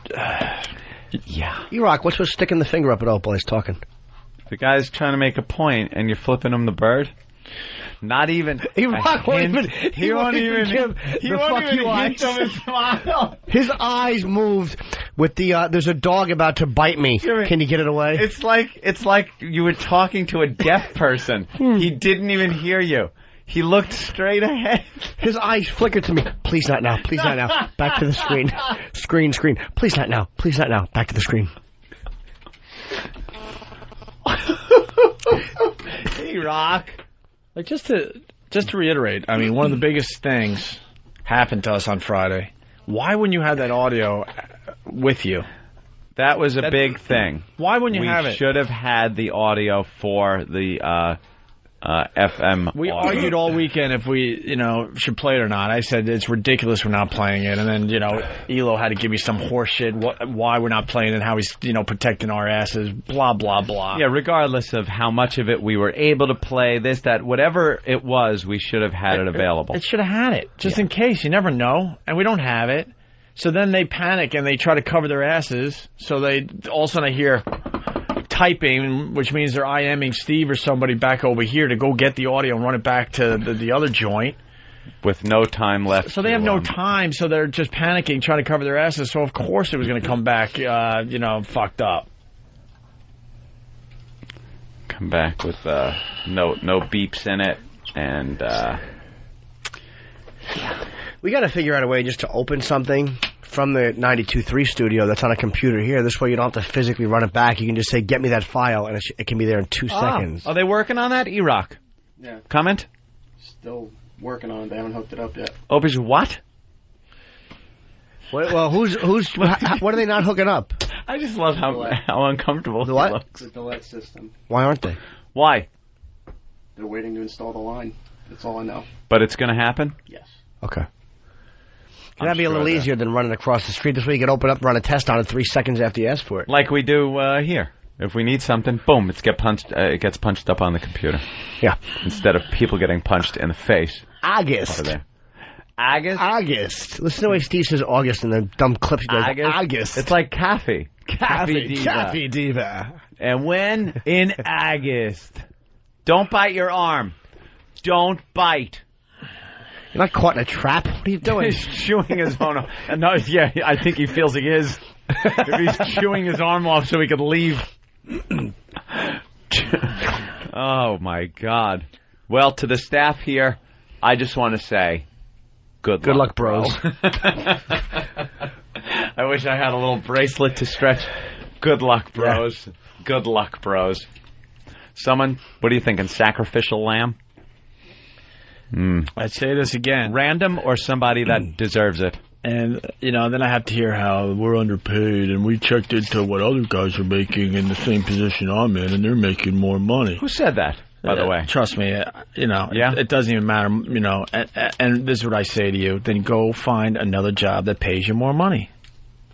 And then, watch that the show does not collapse. What does the show will go on with other people. Looking into that. The show will go on with other people. If you think you're underpaid, which I think is a joke at this point, then go find another job. Find another fucking job. I don't give a shit. That's how I got more money. I thought I should be making more money in Buffalo and Long Island and Rochester. They weren't going to give me more money, so I said, all right, fuck you. And I went and got another job with more money. Yeah, but we like Jimmy Norton. And, I'm talking about I'm not talking about the main players. And I didn't say anything threatening. I just said, I go without more money, and I want it in cash in a bag by tomorrow. My way or the highway. Oh. There you go. Some nice creamy yogurt. There you go. Sometimes yogurt just straightens me out. Strawberry? But I'm sad sometimes a good yogurt will take care of that for me. I hope Kenny gets here with the smoothies quickly. Yeah. Because smoothies seem to smooth things out. I hope so, because I had a bran muffin and oatmeal, so my body's not going to know whether to create bricks or shit all over the place. It's going to be a big adobe pile in the bowl. I'm going to shit a clay hut. It's a little Aborigine home. Small people that look like Eric but brown. He asked us to take shit without straw. Well, I want to hug E-Rock. He looks sad. No, he's petrified. Oh, he's petrified. I can't even. Is there anyone you are comfortable with right now that you can look at? Yeah, you guys. I just can't. What about Derek? I can't even tell you how frustrated and annoyed I am right now. I know people say Opie. Derek's innocent. Opie is getting on my nerves. Opie, shut up and do radio. Travis is an idiot. Opie. Could change tomorrow. Go ahead, Bob. Yeah, Opie, you know, I like you guys as a show. Norton is a genius. But I hope you've got, like, several life insurance policies taken out on Ant. Because every time he goes on vacation or drives in his car or just, you know, runs the risk of getting hurt and injured or killed, you must gasp because you have no talent. He's carrying you. Oh, boy, this He's is alive going to with the help. show. Hey, Bob. So, Bobby's not a fan of the Bob, show. do you understand something? If you need to know, I'm a huge fan hold of the on. show. If you need to know something, I have FU money. I don't have to do this ever again. I love the. So why would I be all like worried about Anthony? I could walk tomorrow. I don't have to ever do this again. I worry about. Guys, I love the show. It's not divide and conquer. Absolutely But it is. Anthony is the heart of the show. Opie, he's carrying you. He's carrying you. What about me, sir?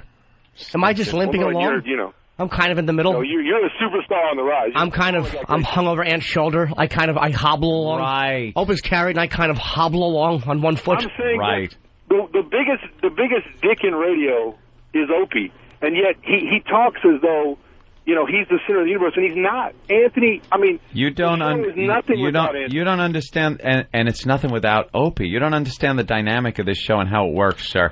While your compliments are just thrilling for me, you don't understand how a ship runs without a rudder.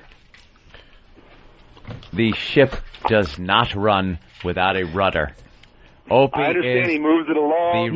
More than moves it along. No, you make it sound like that's a secondary little thing. Oh, I understand he moves it along. Thank God. Would you like me and Jimmy would sit here and talk about the same subject for 4 hours until the entire audience was asleep. We would have arguments about political garbage that would bore the living shit out of the audience, not knowing or caring that we were sending the audience away in droves. We need direction. Do you think actors who are very talented can go and star in a movie without a director? Do you think they'd know where to stand or how to deliver certain lines or when a scene should end without the proper direction, sir? And I almost hate saying stuff like this because it's almost like embarrassing. It's like you should fucking know this. But I'll break the 83rd wall. As much what a place! As it's a pentagon. As much as Ed and I have laughed, and I mean this in complete honesty, the biggest laugh I have had on this show was delivered by the blonde sweetie. It was delivered, not something Ant said or something I said. It was probably the poker chip, I think, is the biggest laugh I've had on this show. It's like, it's not just guiding, there's an element to that, the uncomfortableness, the ability to do that, which makes great radio, and which all I this don't have. Should not have to be explained. And Ant doesn't have. Oh, he's the best asshole ever. It's not even being an asshole, dude. It's an ability to do it with people in the room. It's beyond being an asshole. It's an ability to know what's making great radio. And despite how uncomfortable it is, and being a nice guy off the air, it's an ability to do that neither one of us has. Yeah. I'm not being polite, but I hate saying that because it sounds like you're sucking up, but it, honest to God, is the truth. And the credit is that you don't even see it. That's the credit to it. That's the best part. You sit there and don't see it because the average Joe shouldn't. It's just it makes the show seem like it's just flowing right along, doesn't it? Dude, the fucking Patty being naked. One last thing. More importantly. Hold on, sweetie. Patty being naked and having her first orgasm was something Ope said, which I thought was absolutely never going to happen. He said, we're going to get you to play with yourself. Or it was some sexual thing, like we're going to get this to happen. I never would have thought of that. Ant never would have thought of that. And that's not, and again, that's not being polite. That's a fact. It's an idea, man. And Patty wound up having her first orgasm on the air. I mean, do we need to explain that? That was great radio. Well, dude, that's the stuff that you have to understand. That's where that comes from. Where do you think it comes from? I mean, I love asshead. I like him personally. What's that? But I would love. You have a problem with Ope personally, that's fine, but don't. Basketball court. Dude, you have a problem with Ope personally. He hits a nerve in you. There's something about he reminds you of somebody. There's something about him you don't like, but you can't be biased and deny the contribution to the radio show. That's just dishonest. Well, I'm not biased. I'm obviously a big fan. I'm a listener. No. I mean biased against him because he bugs something in you. He's just a guy that I like you two guys, I would love to hang out with, I think, socially. Opie, I could not stand him. I wind up punching him just at some point. He just gets under my skin that bad. He reminds you of something, but you can't. But okay, fine. That's the beauty of him. But you can't deny what the radio show is because of him. There's no show without him, and there's no show without Ant. I don't say that without mock Don't you humility. like that dynamic? Don't you like that dynamic? That there's somebody that you find abrasive?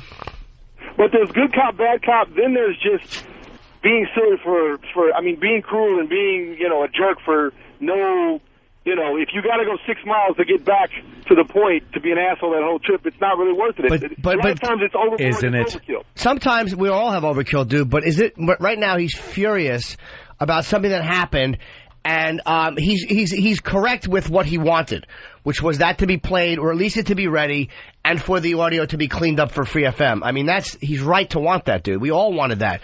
He is furious about it, and he expressed it on the air, and there's something about that which makes the show honest, dude, and that's just honest radio. It is honest radio. Well, then you can't... to, in some charity capacity, get his ass on the basketball court as well.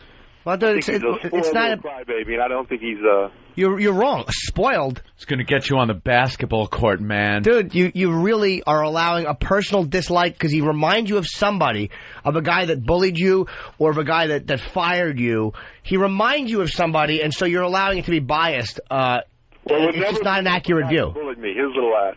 What's that? He would never remind me of someone who bullied me. He's the least intimidating person I've ever seen or heard. Well, then why would you want to get him on the basketball court? All right, tough guy. That's just a joking kind of thing, because he always brags about his prowess athletically. Well, he's athletic. What's wrong with that? He doesn't brag. You know a lot about Opie. Yeah. I'm a fan of the show. Tough guy. Well, then you gotta love Ope, dude. There's I'm not a tough guy. There's no show without Ope. You're a tough guy. No, not at all. You'd be surprised. See, normally, he'd have hit the button and cut this motherfucker off because he's boring. But he's sitting there and showing the torture that happens when it's just me, Jimmy, and a stupid fucking caller. And what you missed was before when he was biting his arm. That didn't go out over the air, but it was just kind of fun to watch somebody who really is filled with self-loathing like the rest of us. Biting so is Opie just was fuming hysterical. Right now? What's that? Is Opie just fuming right now? No, dude, he doesn't give a shit. He's just listening to you. No, he's not. Anymore. He has one arm propped up. Also speak about dude, every word. The thing is, every word that's coming out of your mouth right now is proving a point. Like, he's gotten beaten up on the air before. I've gotten beaten up on the air before. Everyone loves me. It never somebody happens. Posted something about one time, but it was a mistake. They meant somebody else. So I know what it's like to sit there and have somebody call up, "We're talking shit," and it's like it's like when the other guy is going to bat for you. It's like it's not needed, and all the fans know it's not needed. But it is kind of funny to hear something this obviously incorrect. That's the truth, too, dude. Well, Opie is I finished it too fast. Dude, I know what you're saying. You don't like somebody, and that's acceptable. But you're being completely dishonest when you're looking at the way the radio show is run, and you understand that, and you do know that, and you just try to bug Ope so you're not telling the truth. No, you're awful in that regard. Well, then you just don't. You're really reading it wrong. You're saying his genius is that I don't see how he leads the program. He is the true leader. But it's even more than just leading the program. It's not just button pushing and leading the program. It's seeing Patty have an orgasm and saying this is what's going to happen, where nobody else in the studio would have done that. Oh, so he came up with it. I mean, your interns come up with great ideas sometimes. So dude, they should be beyond. Come on, man. You know that's not true. Oh, my God. And our interns very rarely come up with anything. They're fucking dopes. Be honest. What do you do for a living? Quickly. I have a small business. Yeah, see, you're not being honest. What do you do? I have a small business. What fucking small business? Anyone, a kid selling fucking lemonade on the side of the road is a small business, you cunt. What do you fucking do, Paul? Can I get a word in? Yeah, I asked you twice. You gave me the same fucking no answer. What do you do, shithead? What do you do? Things, I import, export things. Import, export. What do you fucking import, export to this country with your small business? Give me a specific thing, what you fucking do. What's your job description? You dishonest fuck. Go ahead. Small electronic parts. You ship it in from Japan, you get small electronic parts, and do what with them? See that they get sent to places for assembly. What an exciting fucking life you lead. You're a bored, dull fuck who can't accept the fact that other people are enjoying themselves in life and having a little fun with their job, and then when someone gets a little pissed with what's supposed to be an easy fucking job, it upsets you because you're fucking sitting there waiting for little resistors to come in from some shithole Hong Kong town.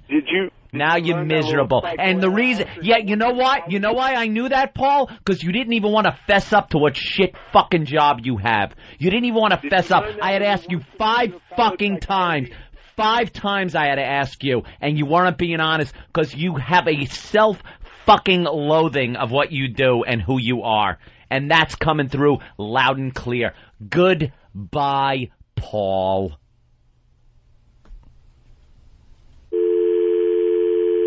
Ass. Oh, I get sick of that.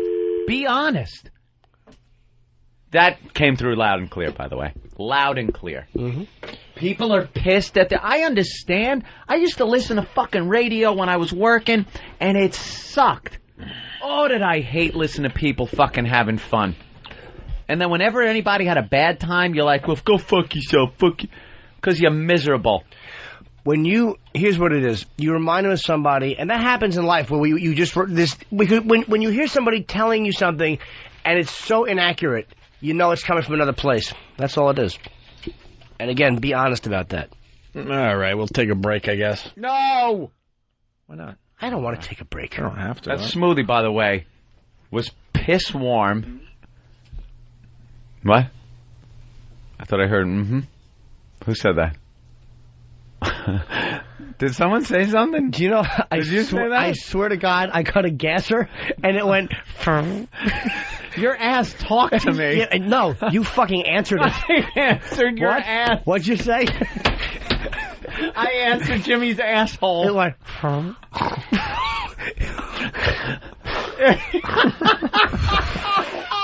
And he looks at Derek. How great would it be? I thought Derek was Jimmy's ass. The only thing that could have made my asshole spells better. The only thing that could have made me happy is if somebody was fired because they thought that you thought they got fresh and you fired them. His ass is getting fresh. Oh, is that funny? Your ass answered me, and then I talked back to it. What? Who said what? Who said your ass? Yeah. His breath stinks. Who said the Russians are coming? All right. Did Bob make a point anywhere in there, by the way? Is that his name? No. It was actually Bob. No. Good old Bob. Good old Bob. Was it Bob? I thought it was Paul from Missouri. There's people that don't understand having passion. Sorry, Paul. There's people out there that don't understand having passion to do something. Yeah. They don't understand that. And really being into it. You know, we like to try to be real and honest, so we don't mind showing the bruises and the scars and the cuts. You think I sit back and go, oh, wow, I must be looking really cool right now on the radio. I know I look like a complete asshole, but I get that that's appealing when you're doing a radio show where you allow people to see in and see everything. Yeah. All that shit, you know, that the yelling and screaming, that happens on a million radio shows out there, but you never hear it. When the mics are off. Do you honestly think I sit back and go, wow, I must look good right now? I know I look like a crybaby. I know that. But I don't worry about it. I never did. So, Bob, you know, you were expecting me to yell and scream at you. I wasn't going to yell and scream at you. Whatever, dude. The reality is I do have FU money. We don't like to try talk about, you know, how much we're making and stuff. I could leave tomorrow, and that's it. The show would go on. These guys would do more radio, but I'm not sitting there, like, shaking in my boots wondering, you know, if this is our last show or something. I still do this because I enjoy it, and I have a great time doing it. I just want the people around me and behind the scenes to have the same passion and you know, help out the show and do the basics. They don't even do the basics. And if you don't understand that, I don't know what to tell you. But I'll make it perfectly clear. Yes, I realize I look like a crybaby. I'm not stupid. Of course I do. You either want an honest show or you don't. I mean, that's the bottom line. You're going to see it. I just threw a tantrum in front of a bunch of listeners outside Free FM. You think I'm walking down the sidewalk with my arms folded and throwing the mic on a table like they're looking at me like, wow, look, he's pretty fucking cool. No, I know they're like what a baby. I know that. You don't have to tell me. People say, great. Opie leaves, it'll be Anthony talking to Jimmy's asshole. See? Do you understand that if Ope left for a day, you would hear 4 hours of shining quotes and not one story? It would be circular dreck. You know what, though? I would tune in and circular dreck. Dude, I would tune in and listen to that, though. There's been times we've gotten caught in those stupid, obscure things that really maybe 1% of the audience enjoys, but it doesn't matter. It's like fun to do, but it's like no one's enjoying it, and I don't give a shit. Yeah, and he doesn't give a shit. Fun. Exactly. What I mean, I don't know. I think people should expect a lot from this show, and of course. And when you get the dumb lawyers in Washington, running around thinking they know what we're about and what radio's about. If you don't feel the frustration with us, I don't know what to tell you. When you have a lawyer hand in a piece of audio that is one of the biggest things that happened to us in the last few years, and they tell us that we're allowed to play it up to a certain point, and you don't see how ridiculous that is, you should be outraged as well. But if you're not, you're not. Whatever. What am I going to tell you? Yeah. But if you can't see into that and realize why that would just drive us absolutely nuts, knowing the audio is everywhere else. Yeah, it's everywhere. Pictures are everywhere else. There's pictures out there. But, oh, my God, don't put them on any of your websites. Well, they're out there. People are finding them. We're going to try to make believe it never happened? That's ridiculous. And then for, someone that's a huge bigwig in the company emailing me saying, good news, you could play the audio up to a point. And even he doesn't realize how ridiculous that is. Up to the point that is entertaining. Yeah. So then I'm trying to make that point on the show, and then I realize the guys behind the scene don't have their shit together, and they don't even have it cleaned up for regular radio. I'm supposed to sit there and go, oh, well, this is how it is? I'm not changing my ways as far as that shit goes. No way. No fucking way. Liddy Rules says, I just tuned in. Who brought the wrong milk this time? No, it's a little more than that. Dude, the lawyers are enragingly frustrating to deal with. When you have to deal with them with bullshit, where the show did nothing wrong in that incident. Nothing. We were minding our own business. Wrong. We were minding our own business. Someone came into our world. We took care of the situation, and I believe we did a good job taking care of the situation. I listened to the audio a million times. There's nothing on that audio that's going to get anyone in real trouble. None. There's just not. And then the lawyers, they spent all weekend with phone calls. I mean, you guys don't even know. Phone call. I spent my weekend on this stupid thing. I can't tell you. I wish I could add up all the phone calls I took. I wish I could add up all the dumb emails I had to read and respond to, but we couldn't respond with too much info on the email just in case some third party's looking in. Yeah. It was just the weirdest fucking thing. Secret agent. So we bring the frustration on the show like we do, and people are like, shut up. But if you don't play the bit, then people complain, or if it goes wrong, people complain. How come that didn't come out right? It's like, well, shit wasn't done properly. You can't have it both ways. You can't have an honest radio show and then not hear the fucking... That was legitimate complaining. And then, how the bit goes, because we're seeing ahead, all right, now let's play the audio and show how ridiculous the lawyers are in Washington. So now I'm like, all right, at least we'll salve this, because we are still doing radio, believe it or not. We're not just going on the air and bitching and complaining. Mm-hmm. So I'm like, all right, now we got something. Now we could show people and our listeners, and it'll be entertaining and funny in a way, how ridiculous the lawyers are in Washington. So we'll play the audio to where they say we can play it. And then people will be like, that's it? Oh, my God. On it, yeah. These are a bunch of dummies down there that need to take a radio course. And then you have your own guys that don't even make it friendly for commercial radio, and I'm not supposed to bitch. There was 3 curses in there that completely fucked up the whole flow of the bit. Yeah. The whole flow. And to begin with, we didn't even have the audio over there. And then the executive producer, whatever the fuck his name is, I'm at the elevator, and he actually says, oh, dude, I don't know what happened. I'm like, that's your job.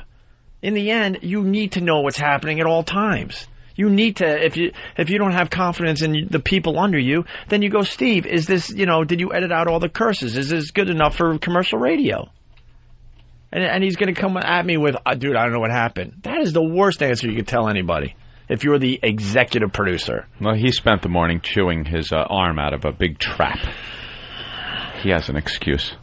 As mad as Ope was, when I heard cock come out over that one... Oh, I know. It was almost like, all right, this is like a hidden camera sketch. Yeah. This couldn't be... This could not be happening. It was right after Ant joke, please, God, let the CD not play, just to be fun. Like how awful that would be to see him go over the edge. And then it plays... and it plays the word cock. Cock flies out, and then I'm like, I can't even look at him. I This know. is really Me bad. and Jimmy just looked at each other like, oh my God, that didn't just happen. I didn't want to be mistaken for a homoerotic bear who You might know- have left a cock in. And you know what I'm doing in that situation, believe it or not? I'm going, stay calm, because you're going to come across looking like a complete asshole, a crybaby. They've just played into my stupid shit that I know I have. I'm like, oh my God. All right, calm down. Don't do it. I know the fans, they're on a message board right now. See, Opie's a crybaby again. But I know I'm a crybaby. More importantly, I'm being called the Dr. Doolittle of assholes.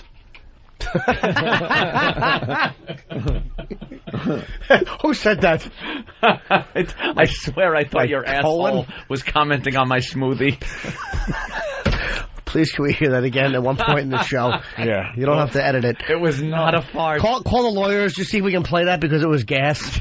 We can find it. Yeah, we'll find it before break. Brian in Virginia Beach.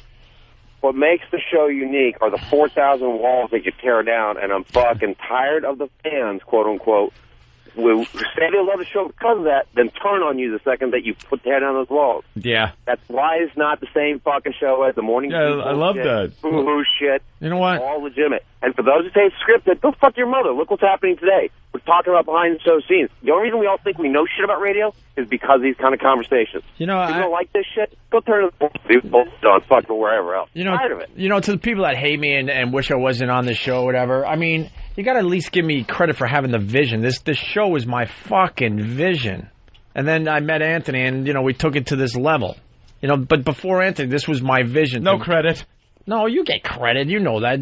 No, that's what like the guy that called before. No credit. You get nothing. No credit. No credit. But, I mean, I know it all. This did start with me with a vision. This was my vision back in the day. Of course, it's a lot different now. And I have been with each other 12 years, but it started with me with a stupid mic all over the fucking country. And I had a vision of doing more than just talking in between stupid fucking winger records. Hey, Ant, when Opie was sick, you guys did best ofs 2 days. Why? Because the show wouldn't be the show without Opie. Because it's in our contract. We don't do the show separately anymore. We used to. And there's a reason why. Yeah, because it's So too why much is it in the work. contract? It's like, fuck that. It's just I mean... It's not the Opie and Anthony show. It would be different shows. I could sit here and do a show. It's not going to be the Opie and Anthony show. Opie could sit here and do a show. It's not going to be the Opie and Anthony show.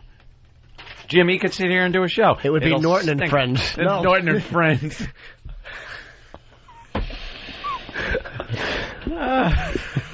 Norton and Friends. Have all your comics in here. My own theme song. By the way, someone in the radio business, because I do get, I got a lot of, people in the know. It's not a big wig in the business. Not that you need me telling you, but the FM version of that replay was butchered. The best part with Anthony saying the joke about stealing Howard stations was cut, and all you heard was stations and the laughing afterwards. That's great. So there was absolutely no reason in the end to play that audio because of the dumping out. None. I have the dump sheet, by the way. If we want to do that. Live from the Opie and Anthony Show studios, the Daily Dump Report. That's interesting. Yeah, I disagree. 7:19 a.m. Pulled your pants down and raped you. Norton during your discussion of what happened during the walkover Friday. Though not a sexual discussion, the combination of pulling pants down made the rape comment too graphic. How can you rape somebody with their pants on? Yeah. I don't get it. That's not raping. That's rush hour on the bus. I don't understand how that got dumped out of. And it wasn't a sexual conversation. Yeah, Not at all. Don't agree with that. No, that's one I want to go to Tom with and just go do why are they, or even ask Al, just like why would that be done? Wow. And then he pulls out a good one. But I didn't hear. 8:24 a.m. Fuckers. English-sounding caller discussing World Cup. Said while many people were talking, but it was still pretty clear. Interesting. Good pickup. 8:39 a.m. He's already left the fuck ... Opie talking about Ben leaving early. 8:52, and here was from the clips. Howard Stern has a huge cock replay of XM walkover from Friday. And 8:54 a.m. Steal a lot of shit, said once by the guy on the street and once by Anthony during replay of XM walkover from Friday. There you go. 2, 3, 4, 5. 5 dumps, 3 of which should never have happened at all. 1 I don't agree with. Right. Should we play the audio of you talking to Norton's ass? I don't know. I'm not really sure if that would be a good idea. So maybe get the lawyers on the phone. No, I mean, I don't know if Bob is going to let me maybe suggest something. Is that no? Wouldn't be good then. Should I direct it that way, or maybe I should just not do shit? No, don't do anything. Do you have that audio, Derek? I want to hear this fart. I honestly sounded like an answer. It was a quiet one. It wasn't a loud one. You just have good hearing. But it sounded like somebody in the room. I really thought it was Z-Rock to my left. Yeah. And then he realized, what am I doing? even like it was Jimmy's ass agreeing with me that my smoothie was warm. Right. But I really thought it was Z-Rock, and then I thought he was like thinking to himself, what am I doing, even acknowledging that I'm in this room right now? Crank it up so we could hear it. All right, here it is. All right, we'll take a break, I guess. No! Why not? I don't want to take a break. I don't have to. That smoothie, by the way, was piss warm. What? That's what I heard. Who said that? Did someone say something? Wait, oh, Jesus. It sounds like it's going, I heard, I heard like a, like your ass agreed that my smoothie was warm, Jimmy. Oh, it did. My smoothie was so piss warm. Can you rewind that? Yeah, let me hear that again. Wait, try not to laugh too hard in the background, because he continues to talk. Yeah, I'm talking to his ass at that point. Listen. No. I don't want to take a break. I don't have to. That smoothie, by the way, was piss warm. What? I thought I heard, Who said that? Did someone say something? You know, Did you say that? I swear to God, I cut a gasser, and it went... Your ass talked to me. Yeah, no, you fucking answered it. I answered your ass. What'd you say? I answered Jimmy's asshole. It went... Come on now, you gotta admit, we're back live. You gotta admit that sounded like, Next time, why don't we do this to cut all problems out? How about you put your ear right next to it? This way you know exactly what it says. I'm not gonna put my ear on your ass. That laugh. It answered me. It said, That laugh might beat poker chip laugh, man, because that is unbelievable. God, is that funny? And then he's like all paranoid, like he's just hearing voices. Yeah, because then I'm looking to see who else had a smoothie. Because that would be the only way they could agree. And I saw a straw up Jimmy's ass drinking a smoothie. And yes, it did agree. Pretty warm. That was the Munaki farm. Your ass went, Let's go to Pat in New Jersey. Pat, what's up? Oh, that's funny. Norton's asshole does these impersonations. You think they're the real? Very funny. Very nice. You could see how a girl could like that asshole. All right. You want to play that audio again? What? One more time? What? One more time? I don't know what he's saying. Yeah, I thought you wanted to play it one more time. The fart at me. You want to play it in the break? Fart. One more time. I really don't know. I don't know what I'm doing on radio, so maybe someone can help me out. Derek's so fired. I don't. Yeah, what is this, the Derek and Anthony show? I say when Opie says go to break, you don't stop and go, whoa, what about another time? No, I don't really know. I haven't done radio long enough to know. Replay the part where he said to replay it. Yeah. And then put fired on the pad and spell it F-Y-R-I-D.